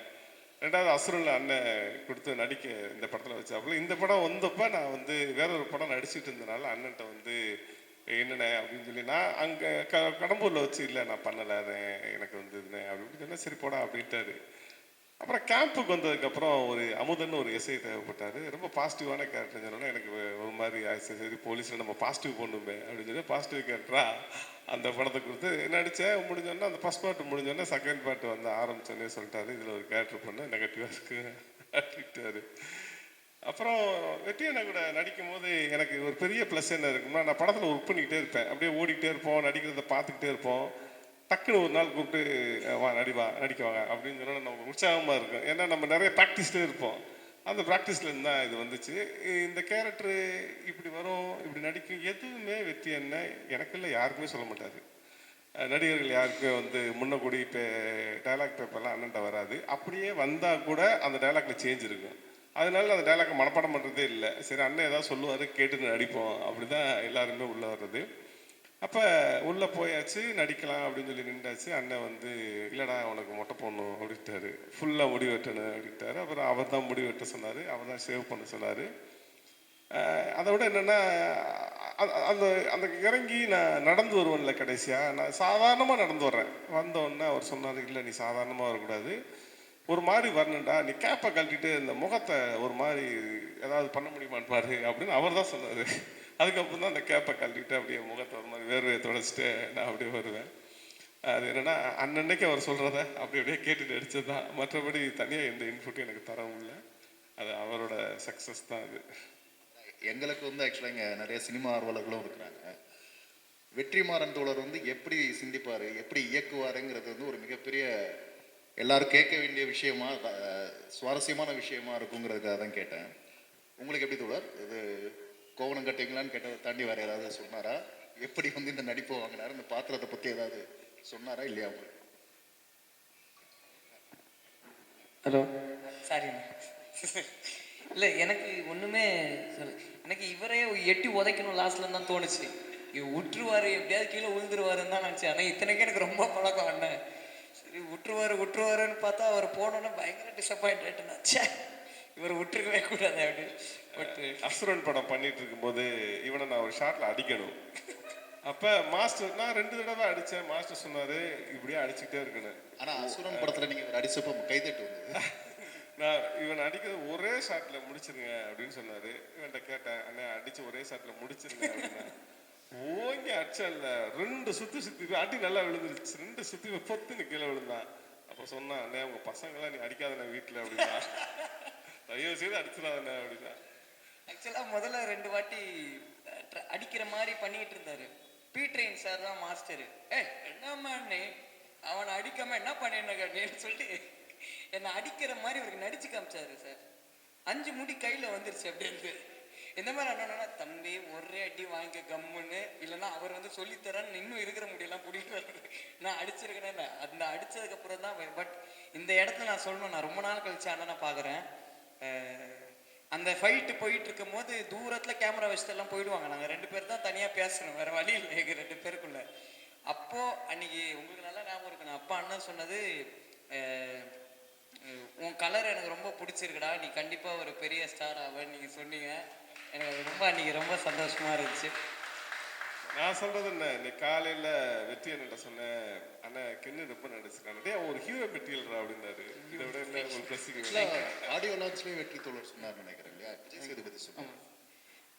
இந்த படத்துல எனக்கு ஒண்ணுமே தெரியாது. நான் அப்படியே போனதுக்கப்புறம் அந்த கோமலன்னு சொன்னதுக்கப்புறம் தான் சார் ஆக்சுவலாக பயங்கரமாக நடிப்பார். வெற்றி சார் சூப்பராக நடிப்பார். வெற்றி சார் நடித்தது தான் நான் ஃபுல்லாக அப்படியே இது பண்ணேன். பட் அந்த டைலாக் பேசும்போது தான் இப்படிலாம் நம்ம பேசணுமான்றதே எனக்கு ஏதாச்சு. மற்றபடி எனக்கு வேற எதுவுமே எனக்கு ஒரு பொண்டாட்டி இருக்குன்றதே எனக்கு அங்கே போனதுக்கப்புறம் தான் தெரியும். எனக்கு எதுவுமே தெரியாது. அங்கே ஒரு பொண்ணு பார்த்தா நான் பார்த்தேன், கேன் எப்படி இருக்கீங்க அப்படிலாம் பேசினாங்க. நான் நல்லா இருக்கேன் அப்படின்னேன். நான் தான் உங்கள் ஒய்ஃப் அப்படின்னாங்க. ஒய்ஃபா என்ன சொல்கிறீங்க, இது எப்படிங்க ஒய்ஃப்னு?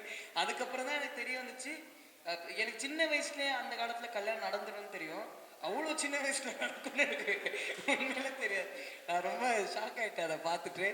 அதுக்கப்புறம் தான் அதெல்லாம் நடந்து நடிக்க நடிக்க நடிக்க தான் கதை தெரிஞ்சது. டப்பிங் பண்ணதுக்கு அப்புறம் தான் என் கேரக்டர் என்னன்னு எனக்கு தெரிஞ்சது. இதுதான் ஆக்சுவல். அந்த என்டையர் சீக்வன்ஸும் படத்துல வரும்னு நினைச்சீங்களா, எதிர்பார்த்தீங்களா? நான் படத்துல வந்தா போதும்னு நினைச்சேன். ஏன்னா இது நம்ம இது கதையே கிடையாது. இது வாத்தியாருடைய கதை. நம்ம ஒரு பார்ட்டா அதுல வரோம். எடிட்ல போயிட போது நம்ம இவ்வளோ அட்டி வாங்கியிருக்கோமே கண்டிப்பாக நம்ம. ஏன்னா லாஸ்ட் டே வரைக்கும் சார் படத்தில் எனிடே என்ன வேணாலும் நடக்கும். அதனால நம்ம எதையுமே ப்ரெடிக்ட் பண்ண முடியாது. பட் சார் வந்து இந்த ஃபைட் சீக்வன்ஸ் ஒரு 15 நாள் போச்சு. ஏன்னா கிளைமேட்டும் செட் ஆகலை, ரொம்ப மழை. அந்த இடத்துல பாம்பு தேள் எல்லாம் நிறைய வரும். நான் நடிச்சுக்கிட்டு இருந்தேன். அந்த பொண்ணுக்கிட்ட நடிச்சுக்கிட்டு இந்த கிணத்துலேருந்து அந்த பொண்ணை வெளில கூட்டிகிட்டு வருவேன். வந்துட்டு முடிச்சுட்டு திரும்பி போனோம். நாங்கள் உக்காந்து இந்த இடத்துல பாம்பு இருந்திருக்கு, இவங்க யாரும் சொல்லவே இல்லை. நாங்கள் போயிட்டு வரும்போது, சார் ரீடேக் போவானா சார் அப்படின்னாங்க. ஏன் அப்படின்னா, அங்கே பாம்பு இருக்குது சார் அப்படின்னா. ஐயோ அந்த மாதிரி ரொம்ப டிஃபிகல்ட்டான இடமா இருந்துச்சு. அப்போது இந்த ஃபைட்டு போயிட்டே இருக்கும்போது ஒரு டைமில் வந்து ஆக்சுவலாக நிறைய ஃபைட்டு குறைஞ்சிருக்கு டியூரேஷனுக்காக. அப்போது சார் சொன்னார், கவலைப்படாத நாளைக்கு முடிஞ்சிடும் அப்படின்னாரு. நான் சொன்னேன், நான் லைட்டாக சிரித்தேன், உன் வாயில் வருதுல முடிச்சிருங்கன்னு. ஆனால் சொல்ல முடியாமல் இருக்கலன்னாரு. பட் எவ்ரி டைம் நீங்கள் சொன்ன மாதிரி இந்த ஃபைட்டு வந்து சார் சின்ன வயசில் வந்து இந்த கண்ணாடி முன்னாடி வந்து ஒரு படம் பார்த்துட்டு பவர் ரேஞ்சர்ஸ்லாம் பார்த்துட்டு இருந்தால் அந்த மாதிரி சண்டை போட்டு பார்த்து நம்மளே நம்ம மாஸாக பிஜிஎம் பாடிக்கிட்டு சுற்றிட்டு இருந்த பையன் தான். உண்மையில எனக்கு ஒரு பிஜிஎம் இருக்குது, எனக்கு ஒரு ஃபைட் இருக்குன்றதெல்லாம் நான் பார்க்கும்போதே எனக்கு ஒரு ட்ரீம் மாதிரி இருந்துச்சு அது ஃப்ரேமில். ஸோ அங்கே நடிச்சுக்கிட்டு இருக்கும் போது எனக்கு ஒரே ஒரு ஆசை வந்து இது தேட்டரில் எப்போ வரும்ன்றது தான் என்னுடைய பெரிய எக்ஸ்பெக்டேஷனாக இருந்துச்சு. அது நடந்துச்சு. ஹாப்பி. நான் ஒரு கேள்வி, இப்போ நீங்கள் சிட்டிலே வளர்ந்தவங்க இல்லையா, கிராமப்புற வாழ்க்கை பெரிய அனுபவம்லாம் இருந்திருக்காது. இந்த படம் இப்போ பார்த்துருப்பீங்க, கடைசி வெர்ஷன் பார்த்துட்டீங்க இல்லையா? லேட்டஸ்ட் வெர்ஷன் பார்த்துருக்கீங்க. இந்த படத்தை பார்த்ததுக்கப்புறம், ஏன்னா நீங்கள் ஒரு யங் ஜென்ரேஷன், நீங்கள் ஒரு பார்வையாளராக அந்த படத்தில் எதெல்லாம் உங்களுக்கு புதுசாக இருந்தது, எதெல்லாம் வந்து நீங்கள் இப்படிலாம் இருந்திருக்குமா, இப்படிலாம் நடந்திருக்குமா, அல்லது இப்படி தான் இருக்குமா அப்படின்னு நீங்கள் எதை தெரிஞ்சுக்கிட்டீங்க அந்த படத்தில் அப்படின்னு உங்களால் சொல்ல முடியுமா? அதில் இந்த இல்லை சார், வில்லேஜ் வந்து எங்கள் அப்பா எப்போவுமே சின்ன வயசுலேருந்து அது எங்கள் அப்பா எனக்கு எப்போவுமே சொல்லியிருக்காரு. அவர் வாழ்க்கை, அவர் வந்தது, அவர் எப்படி வந்தார், அந்த வில்லேஜ் எல்லாம் எப்படி. பட் இந்த பர்டிகுலர் படம் எனக்கு படமாகவே ரொம்ப இந்த மாதிரி விஷயங்கள் ரொம்ப புதுசாக தான் இருந்துச்சு. இந்த அந்த லீடர் பற்றினது, வாத்தியார்ன்ற கேரக்டர் பற்றினது, என்னுடைய என்னுடைய கேரக்டர் அப்போ அந்த ஊர் எப்படி இருந்துச்சு, அங்கே எப்படி என்னென்னலாம் நடந்திருக்கு அந்த டைம்லன்றது. அதுக்கப்புறம் நீங்கள் சொன்ன மாதிரி அந்த நான் எதையுமே பார்த்ததில்ல, எல்லாம் நம்ம படமாக பார்க்குறது தான். அந்த போலீஸு பேசிக்கிறது அண்ட் வந்து அந்த பாதை அவங்க போவாங்கல்ல காட்டுக்குள்ளே கூட்டிட்டு, அந்த மாதிரிலாம் அவங்க போவாங்கன்றது. ஏன்னா இந்த மாதிரி கதைகள் எங்கள் அப்பா படிப்பார், எங்கள் அப்பா இல்லை சிலது எனக்கு சொல்லுவார் கதைகளாக. இப்படிலாம் வாழ்ந்திருக்காங்க, இப்படிலாம் இருந்தாங்க. நேற்றுக்கு கூட படம் பார்க்கும்போது அப்பா சொன்னதாக தான், பாரு நம்ம படமாக பார்க்கும்போது ஈஸியாக இருக்குது, பட் இப்படி ஒருத்தங்க உண்மையில வாழ்ந்துருக்காங்க பாரு, அவங்க எப்படி இதுவாக இருக்குன்றதான். ஸோ எனக்கு அது படமாகவே எனக்கு ரொம்ப புதுசாக இருந்துச்சு, எனக்கு உண்மையில நியூ. குறிப்பாக எனக்கு வந்து இந்த படத்தில் இன்னொரு விஷயம் சொல்லணும்னு நினச்சேன். பொலிட்டிக்கலாகவே வந்து பார்த்திங்கன்னா இது இடதுசாரிய படமாக மட்டும் சுருங்கிறாமல் திராவிட அரசியலும் பேசுவாங்க. அதில் திராவிட விவசாய தொழிலாளர் சங்கம்னு ஒரு பேனர்லாம் பிடிச்சிட்டு வருவாங்க. அதுலேயும் தோழர் வெற்றிமாறனுக்கு வந்து கீழத்தஞ்சை வந்து ஒரு உறைந்த அனுபவமாக அவர் மைண்டில் இருக்குன்னு நினைக்கிறேன். அசுரன்லேயும் வந்து அந்த குடிசை எரியும், இதுலேயும் அதே மாதிரியான இடத்துல இருந்து அந்த கீழ வெண்மணி சம்பவத்தை அடிப்படையாக வச்சு நிறைய காட்சிகள் வரும். அதில் வந்து திராவிட இயக்கத்தையும் சேர்க்கும்போது இங்கே தமிழ் சூழலில் திராவிட இயக்கமும் இடதுசாரி இயக்கமும் சேர்ந்து உழைச்சி கீழத்தஞ்சையிலேருந்து போராடினதனோட விளைவாக தான் இன்னைக்கு நம்ம இந்த இடத்து வரைக்கும் வந்து உட்காந்து இவ்வளோ தூரத்துக்கு உட்காந்து பேசிகிட்டு இருக்கிறதுக்கான வளர்ச்சியே வந்துச்சுங்கிறது இருக்கு இல்லையா? இதை நம்ம புரிஞ்சிக்க வேண்டியது இருக்குது. இன்றைக்கி இருக்கக்கூடிய தலைமுறையில் திராவிட இயக்கம் என்ன, இன்னைக்கு இருக்கக்கூடிய சூழலில் நமக்கு நிறைய கேள்விகள் பேசலாம், கிண்டல்கள் பேசலாம். பட் ஆரம்பத்தில் சொன்ன மாதிரி உண்மை அது வந்து முழுமை. அந்த முழு உண்மையை தெரிஞ்சுக்கணும்னா இவங்களோட அரசியல், இவங்களுடைய போராட்டம் இதெல்லாம் தெரிஞ்சாதான், வந்த வழி தெரிஞ்சாதான் போகிறதுக்கான வழியும் தெரியும். அவ்வளோதான். அதனால் இந்த படத்தில் அது ஒரு முக்கியமான அம்சமாக இருந்தது. ஆக்சுவலாக இடதுசாரி அரசியலே வந்து பேசுனதுல முன்னாடி, அதாவது கவுண்டர் சினிமா, அதாவது ஹிந்தியில் நீங்கள் இப்போ ஷாம்பனுங்களுடைய படம் எல்லாமே ஆல்டர்னேட் சினிமா பண்ணுறதுக்கான வேற ஒரு ஸ்பேஸில் போய், பாப்புலர் சினிமா இல்லாமல் வேற ஒரு ஸ்பேஸில் போய் பேச வேண்டிய இடம் போய் இப்போ வந்து மெயின் ஸ்ட்ரீம் சினிமாவில், நான் சொல்லிட்டே இருக்கிறது தான், மெயின் ஸ்ட்ரீம் சினிமாவில் எல்லோருக்கும் தெரிந்த மொழியிலேயே அதை பேசுகிறதோட கூட எனக்கு வந்து ரொம்ப பியூட்டிஃபுல்லாக இதில் என்னென்னா முன் பின் கதை வந்து இப்படி அப்படி ஓடி ஓடி நரேட் பண்ணுறதில்ல, அதுலேயே ஒரு கவுண்டர் இதுக்கு, அதாவது போராளியாக இருக்கிற ஒரு வாழ்க்கையில் இருக்கிற ஈரத்தையும் சொல்லுது. அவர் வந்து த்ரோ டயலாக் வந்து ஃபார் பீப்புள் பேசுறது, மக்களுக்காக பேசுறது, யோசனையை வந்து சொல்றது, கூடவே கவுண்டராக வந்து அதிகாரம் வேற பேசுறதும், இது வந்து பேரலாக மாற்றி மாற்றி வர்றதுனால வந்து ஆடியன்ஸுக்கு ரீடபிளாக இருக்கிறதுக்கு பாருங்க, கம்பேர் பண்ணிக்கிறதுக்கு கூட மனதில் என்ன ஓடுறதுக்கான ஒரு அற்புதமான ஒரு ஸ்ட்ரக்சருக்குள்ளேயும் இந்த படம் இருக்கிறதும் கூட வந்து நான் சொன்னது. இப்போ நடிகர்கள் அவங்க யாரையுமே வந்து தனித்து நான் பிரித்து பார்க்கவே முடியல எனக்கு. அந்த அளவுக்கு எல்லாரும் அதில் வந்து ரொம்ப ரிமார்க்கபிளாக ஜெல்டாக ஒர்க் பண்ணியிருக்காங்க. அதுதான் இந்த படத்தினுடைய சிறப்பு நான் நினைக்கிறேன். அதில் கூட ஏபிள் டைரக்டர் எப்படி இவங்கெல்லாம் சொல்கிற அனுபவத்தின் பேரில் நடிகர்களை எப்படி என்ன சொல்கிறாங்க, அந்த சீனுக்குள்ளே அவங்க எப்படி போக வைக்கிறது, அதுக்கான பாண்டித்யமும் இருக்கிறதுனால அது ரொம்ப மிக சிறப்பாக இருக்குன்னு நான் நினைக்கிறேன். அதுலேயும் குறிப்பாக இயக்குனருடைய இந்த மேதமைன்னு சொல்லுவோம்ல, இன்டலெக்ட் அப்படிங்கிற மாதிரி, அது தொழில் சார்ந்து இருக்கக்கூடிய நிபுணத்துவம். அந்த கடைசி காட்சி ஆக்சுவலாக பார்த்துருவீங்கன்னு நினைக்கிறேன், அதனால் வந்து சொல்லிடுறேன்.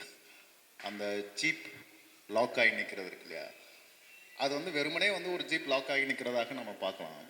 ஆனால் அதை தாண்டி அந்த அப்பாவி காவலர், அதாவது ஸ்டேட்டை நம்பி காவல்துறைக்கு வரணும்னு விரும்பின அந்த நபர் விட்டுட்டு இறங்குவார். அதுக்குள்ளே வந்து அந்த பிழைப்புவாதி காவலரும் சேத்தன் மாதிரியான அந்த மோசமான காவலரும் நின்று தான் அந்த ஜீப்பை பேலன்ஸ் பண்ணிட்டு இருப்பாங்க. இந்த நுவான்ஸ் வந்து அவர் எப்படி பண்ணாருன்னு தெரியல, ஆனால் இன்னைக்கு இருக்கக்கூடிய ஸ்டேட்டுடைய நிலைமையாகவும் அது வந்து பார்க்கலான்னு தோணுச்சு. நீங்கள் என்ன அதை ஆக்சுவலாக ஏதாவது கிளிஃப்ல இருந்து எடுத்தீங்களா தோழர்? அதாவது மலை எங்கேருந்து எடுத்தீங்க அந்த காட்சி? அந்த போலீஸ் இயக்குனர் தான் முடிவு பண்ணுவாங்க. அது வந்து ஒரு 50-60 அடி பள்ளத்தில் போய் ஜீப்பை ஏற்றி நிறுத்திட்டாங்க. இந்த சைடு வந்து ட்ரெயினை வச்சு பிடிச்சிக்கிடுவாங்க.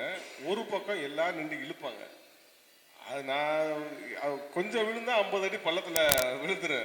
நான் கேமராமேன் சார்ட்ட, அண்ணன்ட்ட போய் கேட்க முடியாது, கேமராமேன் சார்ட்ட கேட்டேன் ஸ்ட்ராங்காக இருக்கான்னு சொல்லிட்டு, இருக்குன்னு நினைக்கிறேன் அப்படின்னாரு. அப்புறம் என்ன பண்ணிட்டாங்க, நான் ரொம்ப கீழே போனதுனால எனக்கு பெல்ட் போட்டாங்க. அவனுக்கு மட்டும் பெல்ட் போடுங்க அப்படின்னாரு அண்ணன். எனக்கு பெல்ட் போட்டாங்க. ஆனால் பெல்ட்டோட நடிக்க முடியல. இல்லைண்ணே நான் பேலன்ஸ் பண்ணிக்கிறேன், பெல்ட்டை கழட்ட சொல்லுங்க அப்படின்னா அப்புறம் எனக்கு பெல்ட்டை கழட்டிட்டாங்க. அது வந்து ஒரு 60 அடி பள்ளம். அதுக்குள்ளே வச்சுக்கிட்டு தான் திருப்பி திருப்பி இழுத்து அதை ஆட்டுவாங்க. அதுக்குள்ளே ஆக்ட் பண்ணுற மாதிரி அது அந்த அந்த கம்போசிஷன் ரொம்ப நல்லா இருக்கும். அதை எடுத்த போது சரி, எடுத்த படம் பார்க்கும்போது ரொம்ப நல்லா ஒர்க் அவுட் ஆயிடுச்சு. அந்த மலை ரொம்ப அழகான ஒரு மலைக்காடு. அது எங்க எந்த இடத்துல எடுத்திருந்தீங்க? அது தமிழ்நாட்டில் இப்படி ஒரு இங்கே 2 இடம். அது முதல் எடுத்தது வந்து கடம்பூர் பக்கத்தில் உள்ள மேலே இருக்கும். அங்கே நாங்கள் டென்ட்டு போட்டு போய் தங்கியிருந்தோம். அதான் படத்தோட முதல் பகுதியில் வர்றது. உள்ளே ரொம்ப தூரம் போகணும். கிட்டத்தட்ட வந்து ஒரு 2.5 மணி நேரம் அப்படியே சின்னதாக ஜீப் நகர்ந்து நகர்ந்து கல்லுக்கெல்லாம் ஏறி போகும். அங்கே எல்லாம் டென்ட் அடிச்சுட்டு டாய்லெட்டு எல்லாம் நாங்களே போய் இது பண்ணிட்டு அங்கேருந்து காலையில் 4:30 மணிக்கெலாம் எழுப்பி விட்ருவாங்க. எழுப்பி விட்டு அப்படியே நடந்தே போவோம். இன்னொரு சேர்ந்தா உள்ளுக்குள்ள சாப்பாடு வராது, அதனால கையில் சாப்பாடு எடுத்துகிட்டு போயிடுறது. முடிச்சுட்டு அந்த சாப்பிட்ட பொருள்லாம் போட்டால் விலங்கு எல்லாம் அதிகமாக வந்துடும் அப்படின்ட்டாங்க. அதனால சாப்பாடு இருக்காது, பிஸ்கட்டு டீ இது மட்டும் தான் கொடுப்பாங்க. முடிச்சுட்டு 4 மணிக்கெலாம் அங்கேருந்து ரிட்டர்ன் கிளம்புங்க அப்படின்பாங்க. அங்கேருந்து நடந்தே வருவோம். எங்களுக்கு மேலே இயக்குனர் ஊர் நடந்து உள்ளே போயிடுவார். அவர் நடந்ததுனால எல்லாரும் நாங்கள் நடந்தே போவோம். அது பெரிய அனுபவமாக தான் இருந்துச்சு. அந்த இது இந்த திரைப்படத்தில் கம்யூனிஸ்ட் கட்சியினுடைய வரலாறு வந்து பல வழிகளில் சொல்லலாம். இந்த படத்தில் வந்து கம்யூனிஸ்ட் கட்சியினுடைய கோட்பாட்டு ரீதியான வரலாறை சொல்லியிருக்கிறதா நான் பார்க்குறேன். இந்திய கம்யூனிஸ்ட் கட்சியினுடைய கோட்பாட்டு ரீதியான ஒரு அந்த அந்த அமைப்பில் ஏற்பட்ட விவாதம், அதன் அடிப்படையில் அந்த கட்சி உடைந்தது, பிரிந்தது, அதிலிருந்தும் அடுத்தடுத்த கட்டங்கள் அதை எப்படி பிரிந்து வந்தது அப்படிங்கிறத வந்து சொல்லணும்னா உண்மையாலுமே கம்யூனிஸ்ட் கட்சியோட வரலாறு தெரிஞ்சால் மட்டும் பத்தாது, கோட்பாட்டை பற்றியான ஒரு புரிதல் இருக்கும். அது வந்து இந்த படத்தில் ரொம்ப துல்லியமாக எந்த இடத்துலையும் நீங்கள் அதில் தவறு சொல்ல முடியாத அளவுக்கு. ஏன்னா வந்து மார்க்சிய இயக்க கோட்பாட்டில் நீங்கள் தவறாக சொல்லிட்டீங்கன்னா கடுமையான விமர்சனத்தை எதிர்கொள்ள வேண்டி வரும். அப்போ அந்த கோட்பாடு ரீதியான ஒரு வாசிப்பும் புரிதலும் அதில் ஒரு ஈடுபாடு தன்மையும் இல்லை என்றால் இது வந்து வெளிப்படுத்துறதுங்கிறது சிரமம். ஏன்னா மற்ற விஷயங்களை எல்லாம் நீங்கள் விவாதித்து அதை நீங்கள் வந்து தகவலாக எடுத்துட முடியும். அவர் சொல்கிற மாதிரி இது தகவலாக எடுக்கிறது வேற, உண்மையான ஒரு விஷயமாக சொல்கிறது அப்படிங்கிறது வேற. இந்திய கம்யூனிஸ்ட் கட்சி ஒரு காலத்தில் இங்கே இருக்கக்கூடிய விவசாய சமூகத்தில் இருக்கக்கூடிய பிரச்சனைகள் எல்லாம் தீர்த்தால் எல்லா பிரச்சனைகளையும் தீர்த்திட முடியும் நம்பினதும், அப்புறம் பெரிய பெரிய தொழிற்சாலைகள் இருக்கக்கூடிய தொழிலாளர்கள் அவங்கள எல்லாத்தையும் ஒரு அமைப்பாக மாற்றுவதற்காக அவர்கள் எடுத்த பெரிய முயற்சி, தொழிற்சங்கங்கள் உருவாக்கக்கூடிய பெரிய முயற்சி நடந்தது. இதுக்கு கடந்து இந்த பிரச்சனைகளில் முதலாளிகளாக இருக்கக்கூடியவங்க விவசாய தொழிலாளர்களுக்கு எதிராக இருந்த பண்ணையார்கள், பண்ணையாரை எதிர்த்து நம்ம கென் கேரக்டர் வந்து பண்ணக்கூடிய அந்த மிகப்பெரிய அளவுக்கான ஒரு அழித்தொழிப்பு அப்படிங்கிறது வந்து ஒரு பண்ணையார் வந்து என்னுடைய குடும்பத்தை நாசம் பண்ணிட்டாரு, நான் அதனால பழி வாங்குறேன் அப்படிங்கிறது ஒன்று வேற. பண்ணையார்கள் முதலாளிகள் சேர்ந்து நம்மளோட வாழ்க்கையை சமூகத்தை அழிக்கிறாங்க, ஆகவே பண்ணையார்களையும் முதலாளிகளையும் அழிக்கணும்னு எடுக்கக்கூடிய ஒரு கொள்கை திட்டம் வந்து வேற. ரெண்டையுமே அந்த படத்தில் வித்தியாசப்படுத்தி காமிச்சிருக்காரு. இப்போ கென் கேரக்டர் வந்து போய் சண்டை போடுது அப்படின்னும் பொழுது கென்னினுடைய தனிப்பட்ட சொந்த பிரச்சனை சம்பந்தமா அவர் போய் சண்டை போடுறாரு.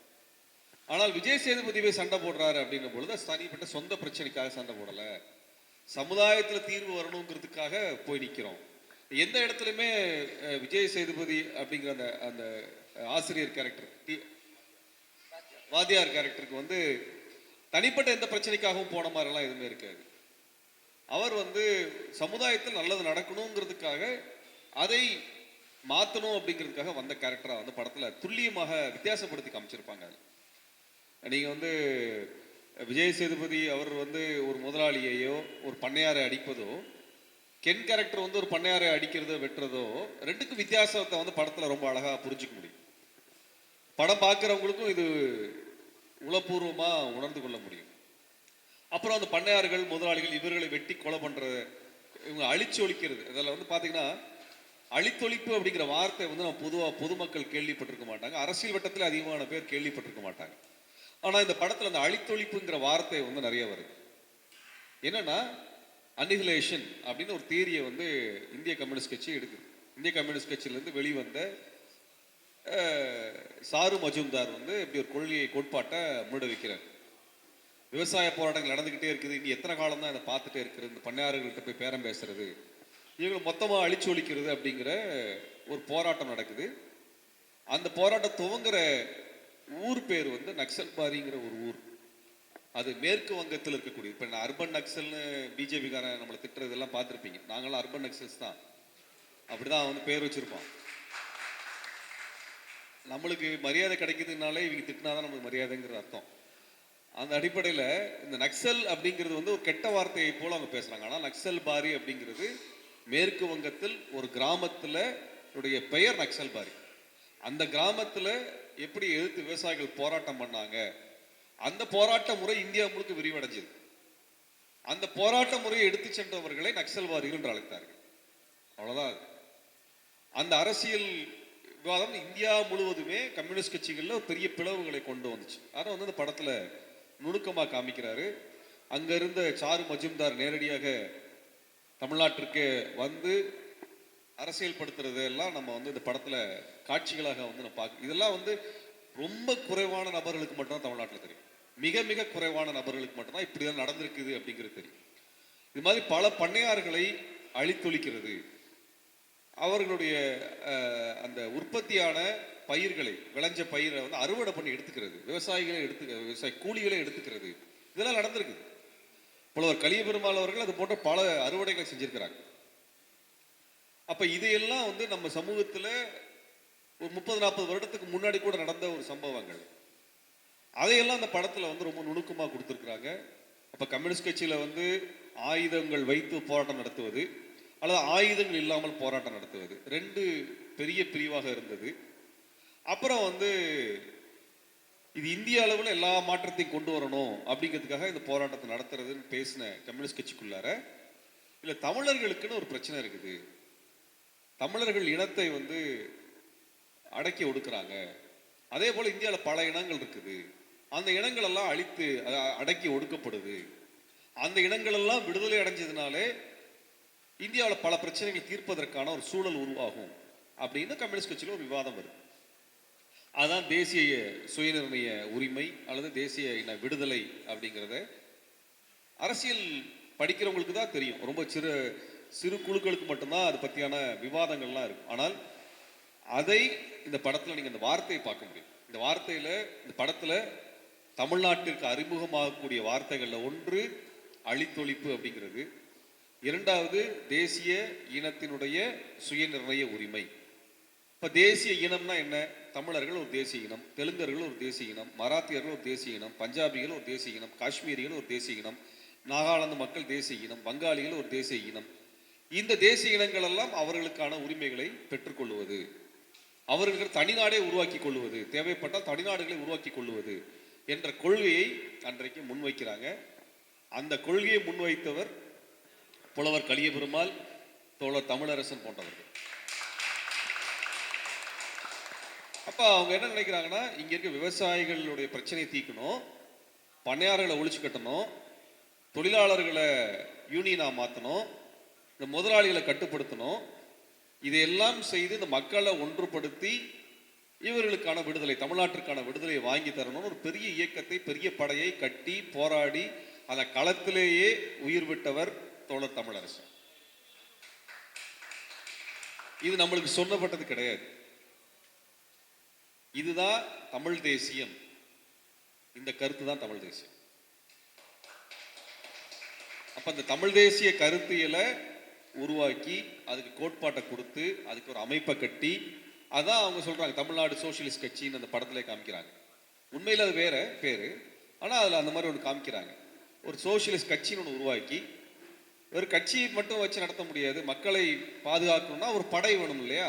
அப்போ அதற்கென்று தமிழ் மக்கள் படை அப்படின்னு ஒரு படையை உருவாக்குன மாதிரி தமிழ்நாடு விடுதலை படைன்னு ஒரு படை உருவானது. இன்றைக்கும் அவர்கள்லாம் இருக்கிறாங்க, இன்றைக்கும் தமிழ்நாடு விடுதலை படை சேர்ந்த தோழர்கள்லாம் இருக்கிறாங்க. தொடர்ச்சியாக அந்த அமைப்பு தடை செய்யப்பட்டாலும் கூட அதுலேருந்து வெளியில் வந்து பல்வேறு ஜனநாயக அமைப்புகள் இணைஞ்சு வேலை செஞ்சுட்டு இருக்கிறாங்க. அந்த தமிழ்நாடு விடுதலை படை அப்படின்னு ஒரு படை உருவாக்கியவர் தோழர் தமிழரசன்.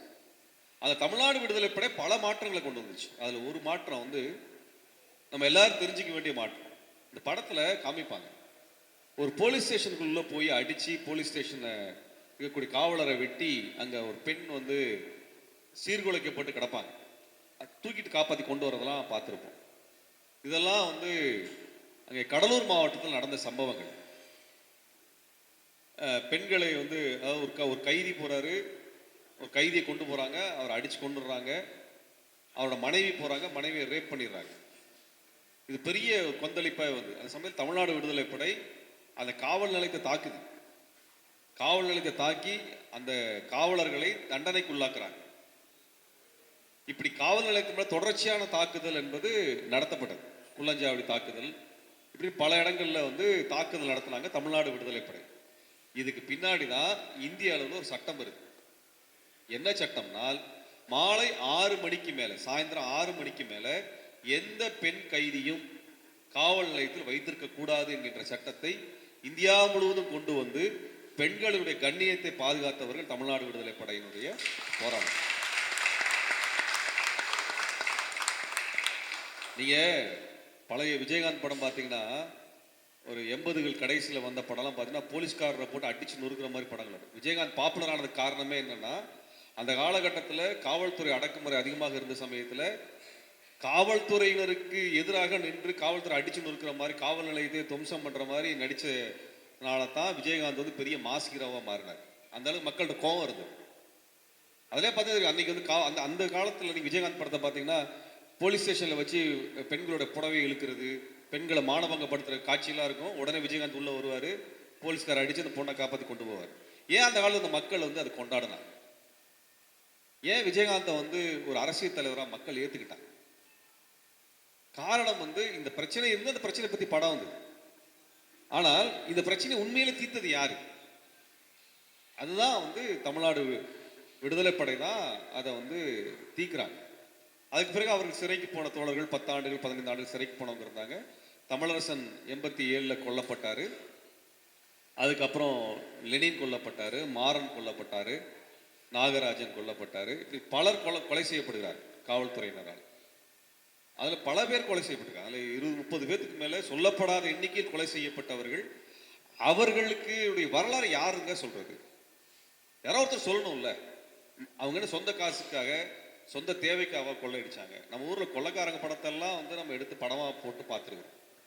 ஆனா மக்களுக்காக உயிர் கொடுத்தவங்களுடைய வரலாறு யாரு சொல்றதுக்கு தயாரா இல்லாத பொழுது, இதையெல்லாம் ஒரு புனைவுகளாக, கதைகளாக, சம்பவங்களாக வைத்து ஒரு கதையை பின்னி அதை இன்னைக்கு நம்ம கிட்ட கொடுத்துருக்கிறாரு. இதை விட ஒரு பெரிய துணிச்சல் ஒரு படைப்பாளிக்கு நம்ம இந்தியாவில் பார்த்துட முடியாது. அதுவும் இந்த காலகட்டத்தில் நான் சொன்னது, அந்த படத்தில் இருக்கக்கூடிய ஒவ்வொரு காட்சிக்கும் பின்னாடி ஒரு உண்மை கதை இருக்கு. ஒரு பெரிய வரலாறும் பெரிய துயரமும் இருக்கு. அந்த துயரத்தை களைந்து அந்த மக்களை மீட்டெடுத்த அந்த போராளிகளை பற்றியான அந்த திரைப்படம். அந்த வகையில் தான் என்ன சொல்லணும்னா, இந்த படத்தை வந்து ஒரு தடவை இல்லைங்க, குறைஞ்சபட்சம் 2 தடவை 3 தடவை பாருங்க. 2 தடவை 3 தடவை அந்த படத்தை வந்து நீங்க பார்த்தே ஆகும். அப்பதான் வந்து அந்த படத்துல பல நுணுக்கமான காட்சிகள் வந்து வைக்கப்பட்டு. ஏன்னா படத்தை நம்ம படத்தை காட்சி ஒவ்வொன்றா சொல்லிட்டு போக முடியாது இல்லைங்களா? ஆனால் வந்து அந்த படத்துல வந்து ஒரு தொழிற்சங்கத்துக்குள்ளார சங்கம் உருவாக்குறதுக்கு எவ்வளவு கஷ்டப்பட்டாங்க, விவசாயிகளை சங்கமா மாத்துறதுக்கு என்ன கஷ்டப்பட்டாங்க. 2 பாடம் இருக்கு. 2 பெரிய வரலாறு. இந்தியா தமிழ்நாட்டில் தொழிற்சங்கம் உருவான வரலாறு என்பது ஒரு பெரிய 100 ஆண்டு கால வரலாறு. அதில் அதை வந்து காமிச்சிருப்பாங்க. விவசாய சங்கம் உருவாக்குனது யாருன்னால், அதில் வந்து நீங்கள் கிஷோர் கேரக்டர் வந்து கரெக்டாக அந்த இடத்துல கொண்டு வந்து வச்சுருப்பாங்க. கிஷோர் கேரக்டர் வந்து கேங்கிற அந்த கேரக்டர் வந்து தோழர் ராஜ் சங்கீதன் சொல்லுவார், விரிவாக சொல்லுவார். தமிழ்நாட்டுக்குள்ளார கம்யூனிஸ்ட் கட்சியை கட்டிய பிஎஸ்ஆருடைய வரலாறு சொல்லுவாங்க. நீ கம்யூனிஸ்ட் கட்சி வரலாறு படிக்கணும்னா அதில் தான் நீங்கள் படிக்க முடியும். அதில் தான் நீங்கள் ஆரம்பிக்க முடியும். சிங்காரவேலன்னு ஆரம்பித்து வர முடியும். இந்த படத்தில் ரொம்ப பிடிச்ச விஷயம் வந்து என்னென்னா, பொதுவாக நம்ம ஊரில் வந்து ஒரு தத்துவத்தை பற்றி பேசணும், இன்னொரு தத்துவத்தை எதிராக நிறுத்துவாங்க. ஒரு கட்சிக்காரங்களை பற்றி பேசணும், ஒரு கட்சிக்காரங்களை எதிராக நிறுத்துவாங்க. ஒரு போராட்ட இயக்கத்தை பற்றி பேசணும், ஒரு போராட்ட இயக்கத்தை பேசாமல் போயிடுவாங்க. ஆனால் இந்த படத்தில் கம்யூனிஸ்ட் கட்சியும் சொல்லப்பட்டிருக்கிறது, திராவிட இயக்கமும் சொல்லப்பட்டிருக்கிறது. 2 பேருமே போராடினாங்க. 2 பேருமே போராடலாம். நீ இன்னைக்கு வந்து திராவிட கழகத்தை வந்து பெரியாரிய தோழர்களை வந்து ரொம்ப என்ன சொல்றது உதாசீனப்படுத்தி பேசுறாங்க. ஆனா அந்த காலத்துல அங்க நடந்த கொடுமைகளை எல்லாம் எதிர்த்து நின்று போராடியவர்கள் கருப்பு சட்டைக்காரர்கள். அதே போல சிவப்பு சட்டைக்காரர்கள். இவர் கூலி உயர்வுக்கும் இவர்களுடைய கண்ணியத்திற்கும் இவர் தொழிற்சங்கம் மாற்றுவதற்கு சிவப்பு சட்டை போட்ட கம்யூனிஸ்ட் கட்சிகள் போராடியது. அவர்களுடைய சுயமரியாதைக்காக திராவிட இயக்கம் போராடியது. பெரியாரிய தோழர்கள் போராடினது. இன்னைக்கு நீங்க தஞ்சாவூர் போனீங்கன்னா, கிராமத்துக்குள்ள போனீங்கன்னா, இந்த கம்யூனிஸ்ட் கட்சி மரபும் திராவிட இயக்க மரபும் இன்றைக்கும் அந்த மக்களிடம் இருக்கும். இன்றைக்கும் அந்த மக்கள்கிட்ட வந்து நீங்க ஒவ்வொரு ஊர்லயும் பாத்தீங்கன்னா சிவப்பு கொடியும் இருக்கும், பெரியார் சிலையும் இருக்கும். நம்ம ஊர்ல நம்ம தமிழ்நாட்டில் நீங்க போய் பாருங்க, பெரியார் மண்ணு எங்க காமிலாம் பல பேர் கேட்குறாங்க. இப்போ தஞ்சாவூர்ல போய் பார்க்க சொல்லுங்க, ஊருக்கு இருக்கு. ஏன்னா அவ்வளவு கொடுமைகளை வந்து அதை வந்து அனுபவிச்சிருக்கிறாங்க. நீடாமங்கலம்னு ஒரு புக்கு வந்திருக்குது. அதுல வந்து இந்த பண்ணையார்கள் எப்படி நடத்துறாங்க, ஒன்றும் இல்லை, சமபந்தி போஜனம் வைக்கிறாங்க, எல்லாம் சமமாக உட்காந்து சாப்பிடணுங்கிறதுல. அதுல போய் சாப்பிட்டதுக்காக அந்த தொழிலாளர்கள் எவ்வளவு தூரம் அடிச்சு நொறுக்கினாங்க அப்படின்ற சம்பவம் 1960 நடந்தது. இதெல்லாம் நம்ம சமயத்துல நம்ம காலகட்டத்தில் நடந்த வரலாறு. அதே மாதிரி குத்தக பணத்தை கொடுக்கலன்னு சொல்லிட்டு ஒரு ஒரு சம்பவம் வந்து திருவண்ணாமலையில் நடந்தது. 2 வன்னியர் சமூகத்தை சார்ந்தவர் அவர்களை வந்து அந்த விவசாயிகளை இழுத்து கொண்டு போய் அக்ரஹாரத்தில் அந்த நிலத்து சொந்தக்காரராக இருக்கக்கூடிய பார்ப்பனர் அவர் வீட்டு வாசல்ல தூண்ல கட்டி போட்டுருவார். 2 நாள் அங்கே சாப்பாடு எல்லாம் கிடப்பாங்க. திருச்சி சரவணன் அந்த வரலாறு தொகுத்து புத்தகமாக வெளியிட்டு இருக்காரு. 2 நாள் அங்கே தான் கிடப்பாங்க. அவங்கள போய் யாரும் போய் மீட் எடுக்கிறதுக்கு அக்ரஹாரத்து நுழையிறதுக்கு யாருக்கும் தைரியம் இருக்காது. அப்போ பெரியாரிய பொறுப்பாளர், பெரியாருடைய அந்த மாவட்ட பொறுப்பாளர் அவர் ஆட்களை இழுத்துட்டு உள்ள போவார். எடுத்துக்கொண்டு போய் கருப்பு சட்டைக்காரர் உள்ள போய் அந்த 2 பேரையும் மீட்டது மட்டும் இல்லாம அந்த விளைபொருட்களை நெல் எல்லாத்தையும் எடுத்து மக்களுக்கு பிரிச்சு கொடுத்து மொத்தவங்களை அடிச்சு விரட்டுவாங்க. இது வந்து இப்போ 40-50 வருஷத்துக்கு நடந்த வரலாறு. புத்தகமா வெளிவந்திருக்கு. இப்போ இதெல்லாம் எல்லாருமே புத்தகம் படிக்கிறது இல்லை, எல்லாம் வாட்ஸ்அப்ல பார்க்கறதா. வாட்ஸ்அப்ல ஏகப்பட்ட பொய் செய்திகள் வந்துட்டே இருக்கு. அதை மட்டும் பார்க்குறவங்களுக்கு இந்த வரலாறுலாம் தெரியாது. இதெல்லாம் நீ உங்க அப்பாக்கள்கிட்ட கேட்டிங்கன்னா சொல்லுவாங்க, அல்லது உங்க தாத்தாக்கள்கிட்ட கேட்டிங்கன்னா அதெல்லாம் சொல்லுவாங்க. இதையெல்லாம் யார் மாத்தினது, இன்னைக்கு எப்படி நீங்க ஒரு மாடர்ன் லைஃப்ல நீங்க வந்திருக்கிறீங்க அப்படின்னா அதுக்கு பின்னாடி என்னென்னலாம் நடந்தது. அதனால நான் கென்ட்ட கேட்டேன், இதெல்லாம் உங்களுக்கு படமே புதுசா இருக்குமே இந்த சம்பவங்கள் எல்லாமே, நீங்க உங்க தலைமுறை எப்படி இதை பாக்குறீங்கன்னு நான் கேட்டதுக்கு காரணமே வந்து இதெல்லாம் ஒரு காலத்துல மாற்றப்பட்டு இன்னைக்கு வந்திருக்குது. முழுசா மாறுறது அர்த்தம்லாம் இல்லை, இன்னைக்கும் அது வேற வேற வகையில் நடந்துட்டே இருக்குது. இந்த படத்துல வந்து அதையெல்லாம் வந்து காட்சிப்படுத்தி இருக்கிறாங்க. அதனால ஒவ்வொரு காட்சியை பத்தியுமே தனியா நம்ம பேச வேண்டியிருக்கும். தோழர் ராஜ் சங்கீதன் அவர்கள் அந்த வரலாறு சொன்ன சரியா இருக்கும். ஆக்சுவலாக காட்சிப்படுத்தினதுலேயும் சொன்னது போல் ஆக்சுவலாக இதுவரையில் ஒரு 45 ஆண்டுகளில் நடந்த சம்பவங்களை அது புனைவாக்குறதுனா கூட எல்லாமும் வந்து உண்மையிலே நடந்த சம்பவங்களை புனைவாக இருந்தாலும் அதெல்லாம் கதையை ஸ்ட்ரக்சர் தான் புனைவு, உண்மை சம்பவங்களை கோர்த்துருக்கிறது. அதுலேயும் கூட வந்து ஆஸ் எ ஸ்கிரிப்ட் வந்து இதே மாதிரி நானே கேள்விப்பட்டிருக்கிற சில சம்பவங்கள். அதில் குறிப்பாக வந்து தலைமுறை வாழ்க்கையில் இருக்கிறவங்க வந்து தியேட்டரில் வந்து சாப்பாடை கொண்டாந்து கொடுத்துக்கிற மாதிரி சாப்பிட்ற மாதிரியான காட்சி பார்த்து நானே அதை வந்து கேட்டிருக்கேனே ஒழிய, நானே பல கதைகளை அப்படியான கதைகளை கேட்டிருக்கேனே ஒழிய விஷுவலாக பார்க்கும்போது எனக்கே ஒரு மாதிரி எனக்கே கலக்கம் ஆயிடுச்சு. அப்படியான காட்சிகளையும் இந்த அதாவது என்ன சொல்கிறாங்க, ஒரு ஆஸ் எ ஸ்கிரிப்ட் ஒரு த்ரெட்டுக்குள்ளுக்குள்ள எந்தெந்த இடத்துல எல்லாம் எதெல்லாம் இருக்கணும், அல்லது ஜக்ஸ்டா பொசிஷன் மாதிரி அந்த காட்சி நிறைவு பெறும்போது ஒரு ஸ்ட்ராங் டைலாக்கோட அந்த காட்சி நிறைவு பெறுது. அது மூலியமாகவும் இது ஒரு ஆஸ் அன் ஆர்ட் ஃபார்ம். நான் அப்படி சொல்றேன்னா சும்மா வெறும் ப்ராபகேட்டிங் ஃபிலிம் கிடையாது, அதுவும் கிடையாது. இது அது வெறும் என்ன சொல்றாங்க வந்து பரப்புரைக்கு பயன்படுத்துகிற மாதிரியான படமும் கிடையாது. ஒரு ஆர்ட் ஃபார்ம் ஆக்குறது இருக்கு பாருங்க, அதுவும் வந்து ஒரு கிரியேட்டிவ் பர்சனுடைய ஏபிள் கண்ட்ரோல் பண்ணுற ஒரு டைரக்டருடைய ஃபிலிமாவும் அது பரிணமிச்சிருக்கு. அதுதான் அதில் முக்கியமானது. அந்த மகாலட்சுமி கேரக்டர் பற்றியும் நிறையா அதுக்கெல்லாம் இருக்குதா அப்படின்னு நிறைய பேர் கேட்டு எழுதியிருக்கிறாங்க. அதை பற்றியும் நீங்கள் கொஞ்சம் சொன்னீங்கன்னா. இதில் ஆக்சுவலாக மஞ்சு வாரியார் பாத்திரம் இருக்கு இல்லையா, அவங்க வந்து ஒரு மாதிரி பாய் கட் பண்ணிட்டு பைக்கில் வந்துட்டு சைக்கிளில் வர்ற மாதிரியான பாத்திரமாக இருக்கும். என்னென்னா அப்படியான பாத்திரங்கள்லாம் இருந்திருக்கா, சினிமாத்தனமாக இருக்குன்னு கூட நம்ம யோசிச்சிருக்கலாம். ஆனால் என்னென்னா இப்படியான பாத்திரம் 1940களில், அதாவது இன்றைக்கே பெண்கள் வந்து இப்படியான ஒரு துணியில் தோற்றத்தில் போகும்போது பெரிய பிரச்சனைகள்லாம் இருக்கக்கூடிய சூழலில் 1940களில் அவங்க இயங்கியிருக்காங்க. அவங்க ஆக்சுவலாக வந்து ஒரு பார்ப்பன குடும்பத்தில் பிறந்த, சீக்கிரமாக கல்யாணம் பண்ணி வச்சு புருஷன் செத்து போய் இளம் விதவையான ஒருத்தர். உங்களுக்கு வைதிக பார்ப்பன குடும்பங்களில் பெண்களை வந்து எவ்வளோ தூரத்துக்கு கொடுமைப்படுத்துவாங்கங்கிறது இருக்கு இல்லையா, அது நம்ம கற்பனைக்கே எட்டாத அளவுக்கு மூட்டை அடிப்பாங்க, அந்த மாதிரியெல்லாம் நடக்கும். ஸோ அதை மீறி அவங்க வெளியேறணும்னு வெளியே வந்து அதுக்கப்புறமா காங்கிரஸில் வந்து சேர்ந்து கொஞ்ச நாள் வந்து பயணிக்கிறாங்க.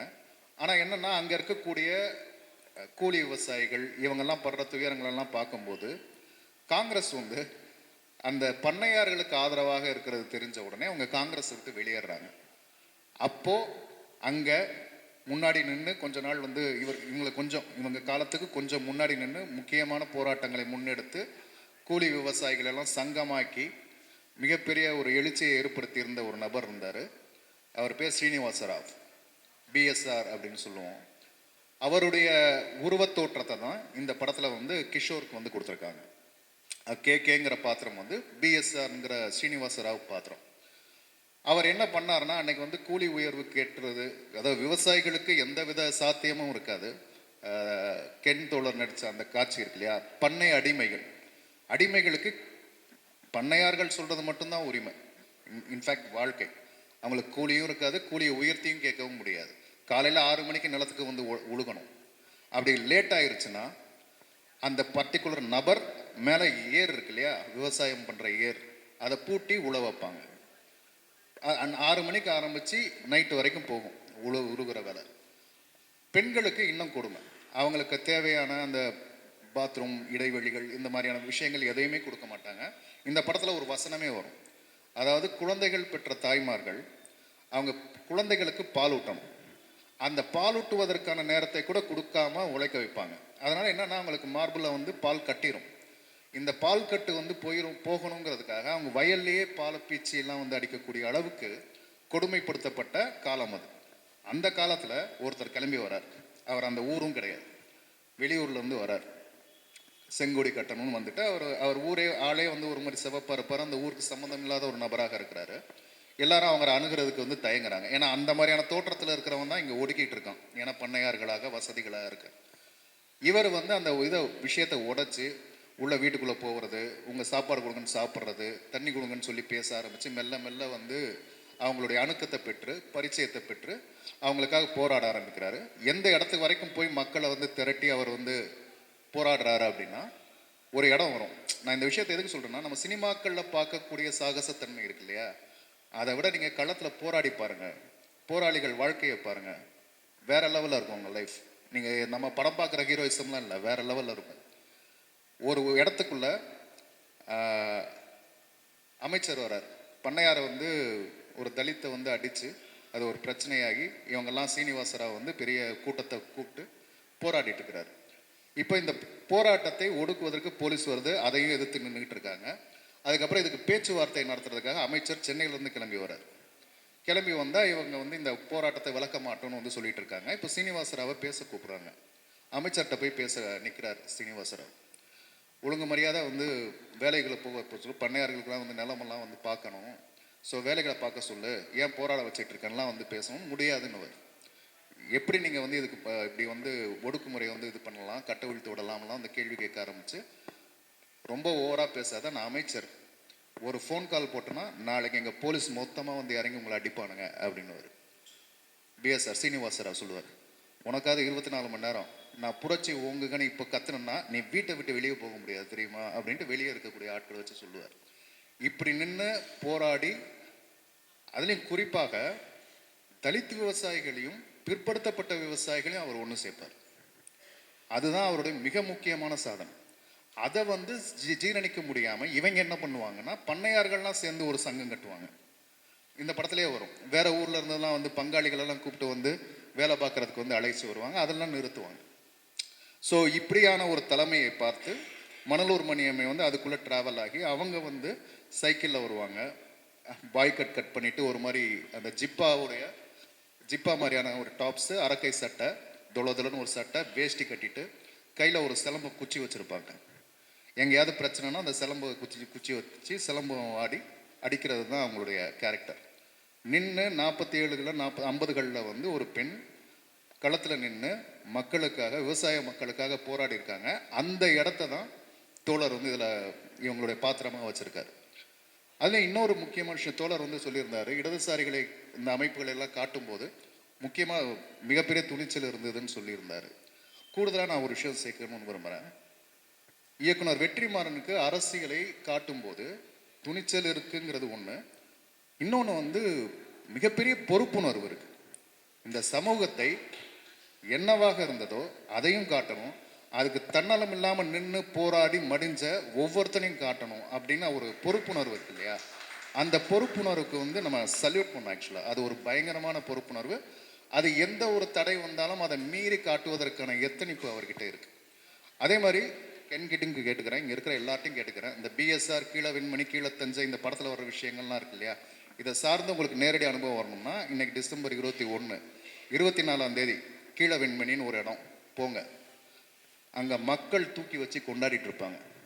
அரசியல் திருவிழா மாதிரி அங்கே வந்து கீழே வெண்மணியில் அங்கே பாதிக்கப்பட்ட மக்கள் எல்லாரும் இந்த நினைவை, பிஎஸ்ஆரோட நினைவு, சீனிவாசராவோட நினைவு, இந்த போராட்டத்துடைய நினைவை கொண்டாடுவதற்கு அங்கே ஒரு நினைவு தூண் அமைக்கப்பட்டிருக்கு.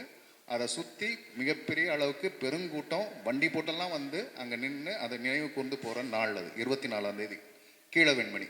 வாய்ப்பு இருந்ததுன்னா போங்க எல்லாரும். கேள்விகளை புரியுமா?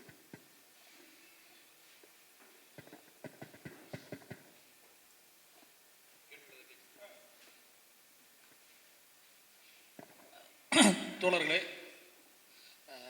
படம் குறித்து, அது பேசுகிற அரசியல் குறித்து தோழர்கள் 5 பேரும் விளக்கமாக சொல்லியிருக்கிறாங்க. இன்னும் உங்களுக்கான கேள்விகள் நிறைய இருக்கும் என்று எனக்கு தெரிகிறது. தோழர்கள் ஒவ்வொருவராக நீங்கள் கேள்வி கேட்டீங்கன்னா தோழர்கள் பதில் சொல்கிறதுக்கு வசதியாக இருக்கும். முதல்ல ஒரு நன்றியோடு நானே இதை தொடங்கி வச்சிடலாம்னு நினைக்கிறேன்.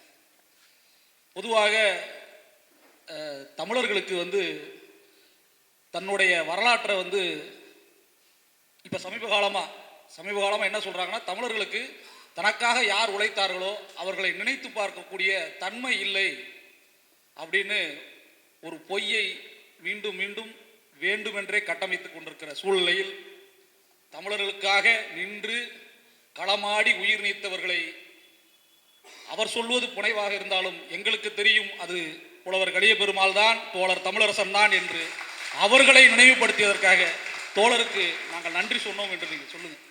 தோழரை பார்த்தா நாங்கள் சொல்லணும்னு விருப்பப்பட்டோம். ரொம்ப நெகிழ்ச்சியான நேரம் இதுன்னு நினைக்கிறேன் நான். தோழர் நீங்கள் கேள்வியிலேயே ஆரம்பிச்சிடலாம். தோழர், எனக்கு ஒரு சின்ன கேள்வி தான்.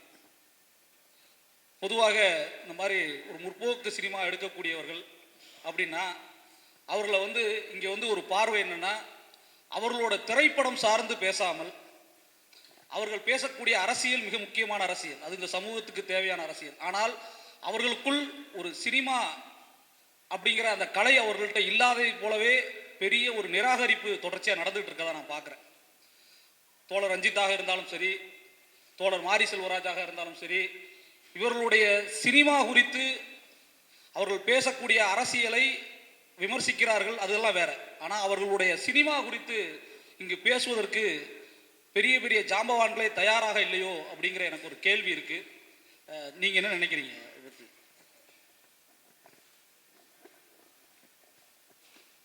சிக்கலான கேள்வி கேட்டனா? நான் அப்படி பார்க்கல. அது என்னன்னா, இங்க நீண்ட காலமா ஒரு கதை சொல்லிக்கிட்டே வந்திருக்காங்க இந்த தமிழ் சினிமால. அப்ப திடீர்னு எதிர்கேள்வி கேட்ட உடனே ஒரு ஒரு பயம், அச்சம் வந்து அதை தனிநபர் தாக்குதலாக கொண்டு போக தான் இங்கே முயற்சி நடந்துகிட்டே இருக்கு. ஆனால் அவங்க சினிமா குறித்து ஒரு ஆரோக்கியமான விவாதத்தை துவங்குறதே இல்லை. அவங்க தனிநபர் தாக்குதல், அவங்க தனி குழுவாக போய் நின்று அவங்கள தாக்குறது அப்படி தான் போயிட்டுருக்கு. இந்த குரல் அவங்களை அச்சப்படுத்தியிருக்குன்னு தான் நான் பார்க்குறேன். இந்த குரல் அவங்களை அச்சப்படுத்துது, பயப்பட வைக்குது. அதனால அந்த குரலை நம்ம வலிமையை சொல்லிக்கிட்டே இருக்கலாம். ஏன்னா இந்த கேள்வி எதனால வந்ததுன்னா, நீங்கள் தோழர் இன்குலாப் போன்ற மிகப்பெரிய ஆளுமைகளை கூட இடது கையால் புறந்தள்ளிட்டு இவர்கள் எழுதினது இலக்கியமே இல்லை அப்படின்னு ஒதுக்கிட்டு போறாங்க. இது ஒரு அரசியல் இங்க நடந்துட்டே இருக்கு. அதே போன்ற ஒன்றுதான் நம் தோழர்களுக்கும் இங்கே நடந்துட்டு இருக்கு.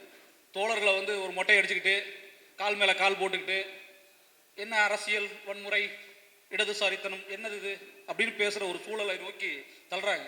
எங்கள் தோழர்களுக்கு தெரிந்த அரசியலை விடவும் எங்கள் தோழர்களுக்கு தெரிஞ்ச படைப்பு ஆகச்சிறந்த படைப்பாளிகள் எங்கள் தோழர்கள் என்பதை நாம் தான் கொண்டாட வேண்டும். அதற்காகத்தான் இந்த அவயம் வாசிப்போம். எங்கள் தோழர்களுக்கு உங்களை விடவும் அதிக படைப்பிலக்கியமும் தெரியும், படைப்பூக்கமும் தெரியும் என்பதைத்தான் நான் இந்த படத்தின் மூலமாகவும் தொடர்ச்சியாக பார்த்துட்டு இருக்கிறோம். அந்த வகையில் இது மக்கள் படமாயிருச்சு. இன்னைக்கு வந்து யாரோ 2 பேர் யூடியூப்ல உட்காந்துக்கிட்டு வன்முறைன்னு பேசுறதெல்லாம் மக்கள் தூர எரிஞ்சிட்டு போயிட்டாங்க. கொண்டாடுறாங்க. கல்லூரி மாணவர்கள் மாணவிகள் எல்லாரும் கொண்டாடுறாங்க. படங்களுக்கான ரிவ்யூ அப்படித்தான் வருது. படம் மிகப்பெரிய வெற்றி அடை